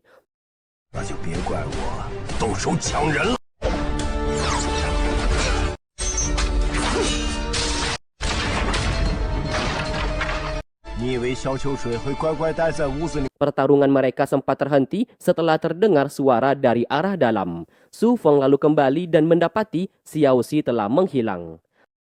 Lalu keesokan hari, di sekte Dian Chang, seluruh murid dihabisi oleh seorang wanita, bawahan milik Raja Ular, salah satu petinggi sekte kelompok penguasa. Intinya, satu persatu petinggi sekte tersebut ingin menghancurkan Su Feng dan berniat memfitnah Su Feng sebagai pelakunya. Salah satu murid ternyata masih ada yang selamat. Di tengah jalan ia bertemu dengan Xiao Ren dan kawan-kawan. Ia pun berkata Raja Ular telah menghancurkan sekte Dian Chang. Sontak hal itu membuat mereka menjadi panik. Tak lama kemudian, Ming Zhu mendatangi sekte Dian Chang dan mendapati sekte tersebut telah hancur. Ia pun sadar Raja Ular baru saja membuat ulah dan pastinya ingin memfitnah pelakunya adalah Su Feng. Tentu saja ia tidak akan ambil diam. Raja Ular lantas mencegat jalan mereka dan menyerang menggunakan ular beracun. Setetes darah ular tersebut apabila terkena tubuh maka akan mati keracunan.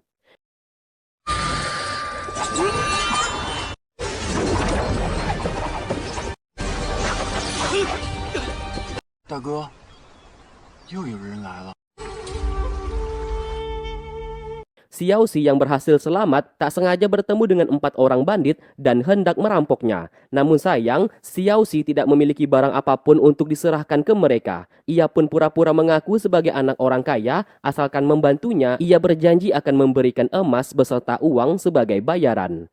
Pertarungan masih terus berlanjut, Ming Zhu terus memantau dari kejauhan.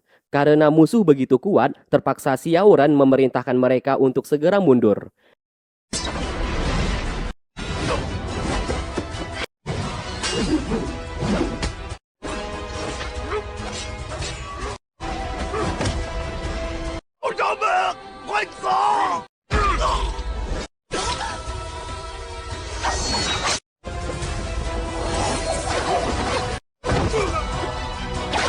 Setelah itu, Ming Zhu turun ke bawah untuk menghabisi mereka.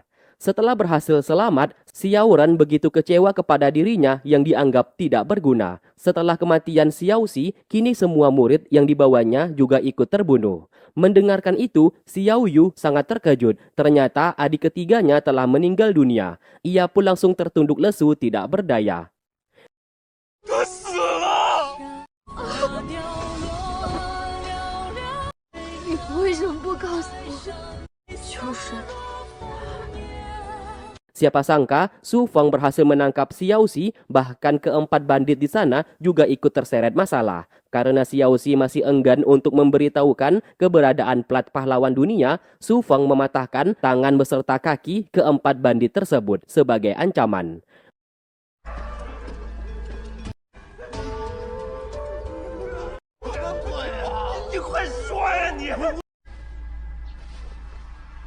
Setelah itu, Ming Zhu melaporkan Raja Ular berniat memfitnahnya sebagai pelaku yang menghancurkan sekte Dian Chang. Apabila itu sampai terdengar ke telinga ketua sekte, Su Feng pasti akan menerima hukuman. Untung saja, Ming Zhu berhasil menghabisi Raja Ular beserta antek-anteknya. Mereka berempat terus memohon supaya Xiao Xi memberitahukan saja keberadaan plat pahlawan karena mereka tidak ingin mati konyol di sana. Xiao Xi menjawab percuma saja mereka memaksanya karena ia sendiri juga tidak tahu keberadaannya. Tak lama kemudian, Tang Fang berhasil menemukan keberadaan Xiao Xi menggunakan serangga pendeteksi. Kebetulan di tempat itu terdapat beberapa mekanisme jebakan yang membuatnya terkejut kenapa bisa jebakan itu mirip seperti milik sekte Tang. Makanya, Tang Fang dengan mudah melewati setiap jebakan di sana.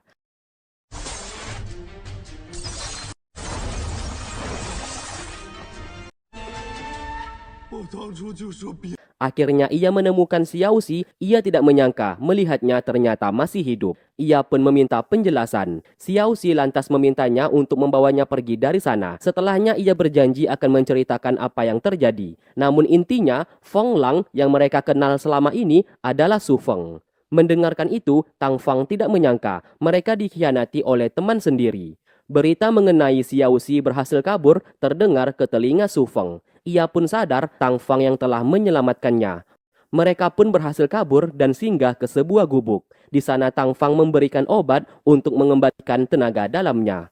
Pil obat itu segera dimakan dan seketika tenaga dalam Xiao Xi kembali lagi.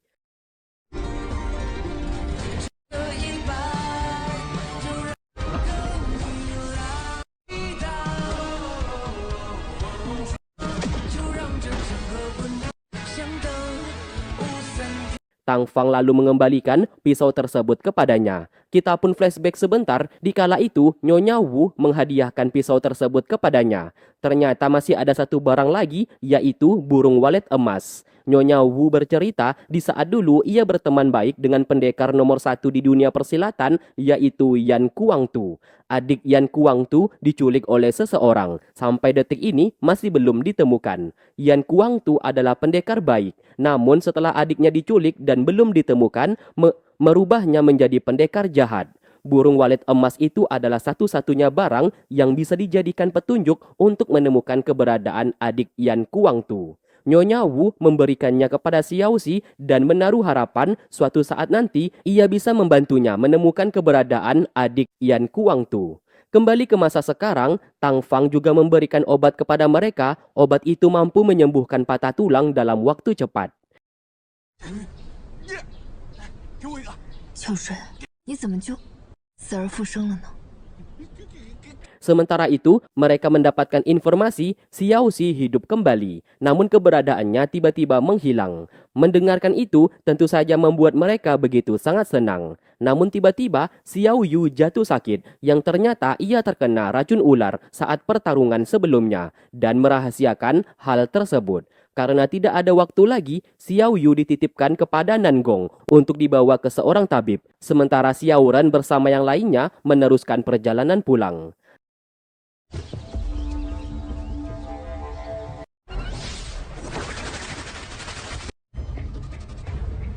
Keberadaan mereka pun akhirnya ketahuan oleh Su Feng. Dari sanalah sebuah fakta mulai terungkap, Su Feng adalah keturunan sekte Tang. Kalau kalian masih ingat, ketua sekte Tang, ayahnya Tang Fang, pernah memiliki istri tidak sah, dan Su Feng adalah anak tersebut. Tang Fang akhirnya ingat saat kecil ia pernah menolong anak laki-laki dan itu adalah Su Feng. Saat ini, Su Feng memiliki dendam kesumat kepada keluarga Xiao yang telah menghabisi ibunya di lembah ratusan tanaman. Setelah mengetahui itu, Tang Fang tetap memilih melindungi Xiao Xi karena baginya Su Feng adalah musuh yang memilih bekerja untuk kelompok penguasa dan membuat kehancuran di dunia persilatan. Tak lama kemudian, Raja Liang, anak kaisar negara Dasi, datang ke sana. Alhasil, Su Feng tidak berani untuk bertindak dan memilih pergi dari sana. Kedatangan Raja Liang untuk membantu Xiao Xi agar secepatnya pulang ke kediaman keluarga Xiao. Tidak hanya itu, kedua sekte besar yaitu sekte Shaolin dan sekte Wudang juga ikut membantu. Raja Liang lantas memberikan kuda tercepat untuk mereka berdua. Di malam hari, Su Feng dipanggil oleh ketua sektenya. Ia diperintahkan untuk menghabisi ketua sekte Shaolin dan sekte Wudang. Jangan sampai ikut membantu keluarga Xiao. Mendapatkan tugas sebesar itu, Su Feng lantas memanggil pasukan terkuatnya dalam membantunya menyelesaikan misi dari sang ketua. Singkat cerita, pasukan itu pun segera pergi ke kediaman keluarga Xiao dan bertarung melawan murid dari sekte Shaolin yang lebih dulu tiba di kediaman keluarga Xiao. Karena kalah jumlah, murid sekte Shaolin kesulitan untuk menghadapi musuh. Beruntung, ketua sekte Mo bernama Yan Xia datang membantu.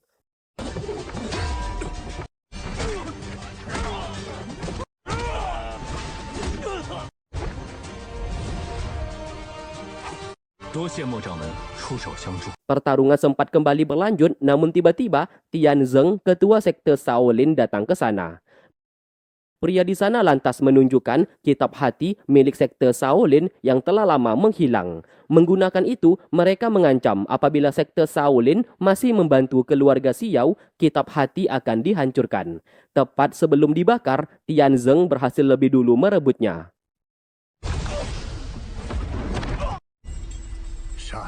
Siapa sangka itu adalah jebakan. Di dalam kitab tersebut terdapat racun serangga pemakan tenaga dalam. Dari arah belakang, Ming Zhu melancarkan serangan. Ming Zhu memang gagal menghabisinya, namun terlihat Tian Zeng langsung terluka karena sebelumnya sudah terkena racun serangga.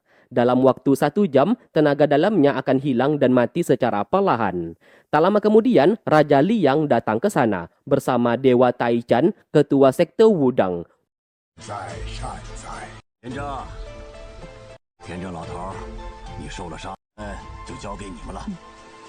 Untuk memberikan waktu, mereka pun akan bertarung melawan musuh, sedangkan Dewa Taichan memberikan tenaga dalamnya untuk mengeluarkan serangga beracun di tubuh Tian Zeng.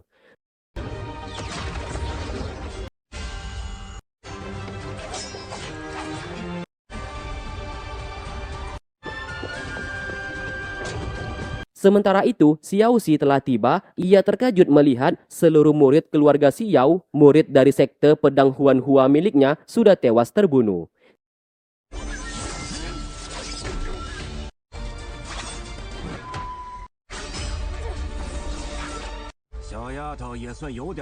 Siapa sangka racun serangga bukan hanya menyerang Tian Zeng, Dewa Taichan yang sedang membantunya mengeluarkan racun tersebut juga ikut keracunan. Terlihat tangan mereka sama-sama memiliki tanda racun tersebut. Ming Zhu berkata mereka berdua tidak lama lagi akan mati. Percuma saja mengeluarkan racun itu, semakin mereka berdua menggunakan tenaga dalam, maka racun serangga semakin cepat menyerap tenaga dalam mereka. Tak lama kemudian, Xiao Xi datang ke sana. Dengan penuh emosi, ia pun langsung menyerang.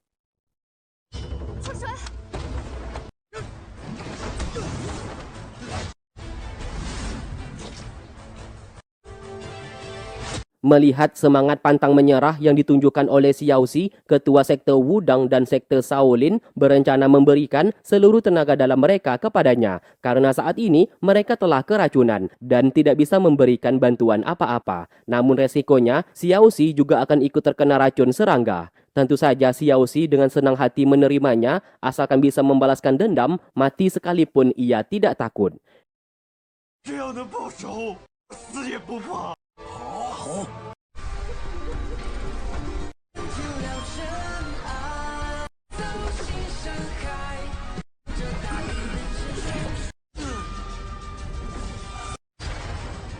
Benar saja, setelah memiliki tenaga dalam dari kedua pemimpin sekte di sana, Xiao Xi berubah menjadi jauh lebih kuat. Musuh yang dihadapinya saat ini dengan mudah ia tumbangkan.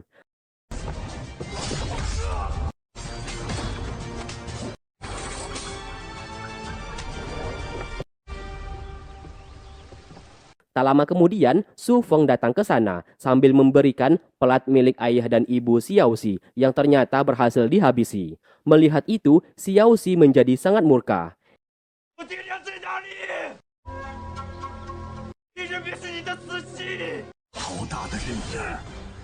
Siapa sangka Xiao Xi tidak terkena racun serangga meski sudah menerima tenaga dalam dari kedua pemimpin sekte di sana. Karena hal itu, mereka berdua pun merasa lega. Terlihat Xiao Xi mampu menyudutkan Su Feng dan membuatnya terluka parah.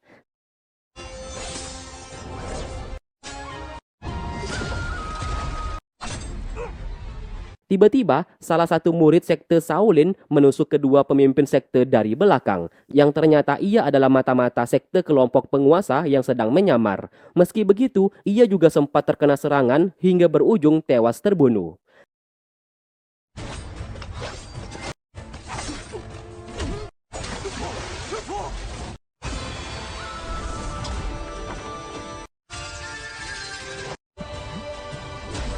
Kembali ke pertarungan, sedikit lagi Xiao Xi berhasil membunuh Su Feng, namun dihentikan oleh ketua sekte Mo dan mereka pun pergi dari sana. Siapa sangka ketua sekte Mo juga mata-mata dari sekte kelompok penguasa. Akibat pertarungan itu, kini Xiao Xi hanya bisa pasrah melihat ketua sekte Wudang dan Shaolin yang sedang sekarat. Mereka berkata sangat bangga melihat pemuda yang memiliki bakat bela diri seperti Xiao Xi. Setidaknya sebelum mati, mereka sempat memberikan seluruh tenaga dalam kepadanya.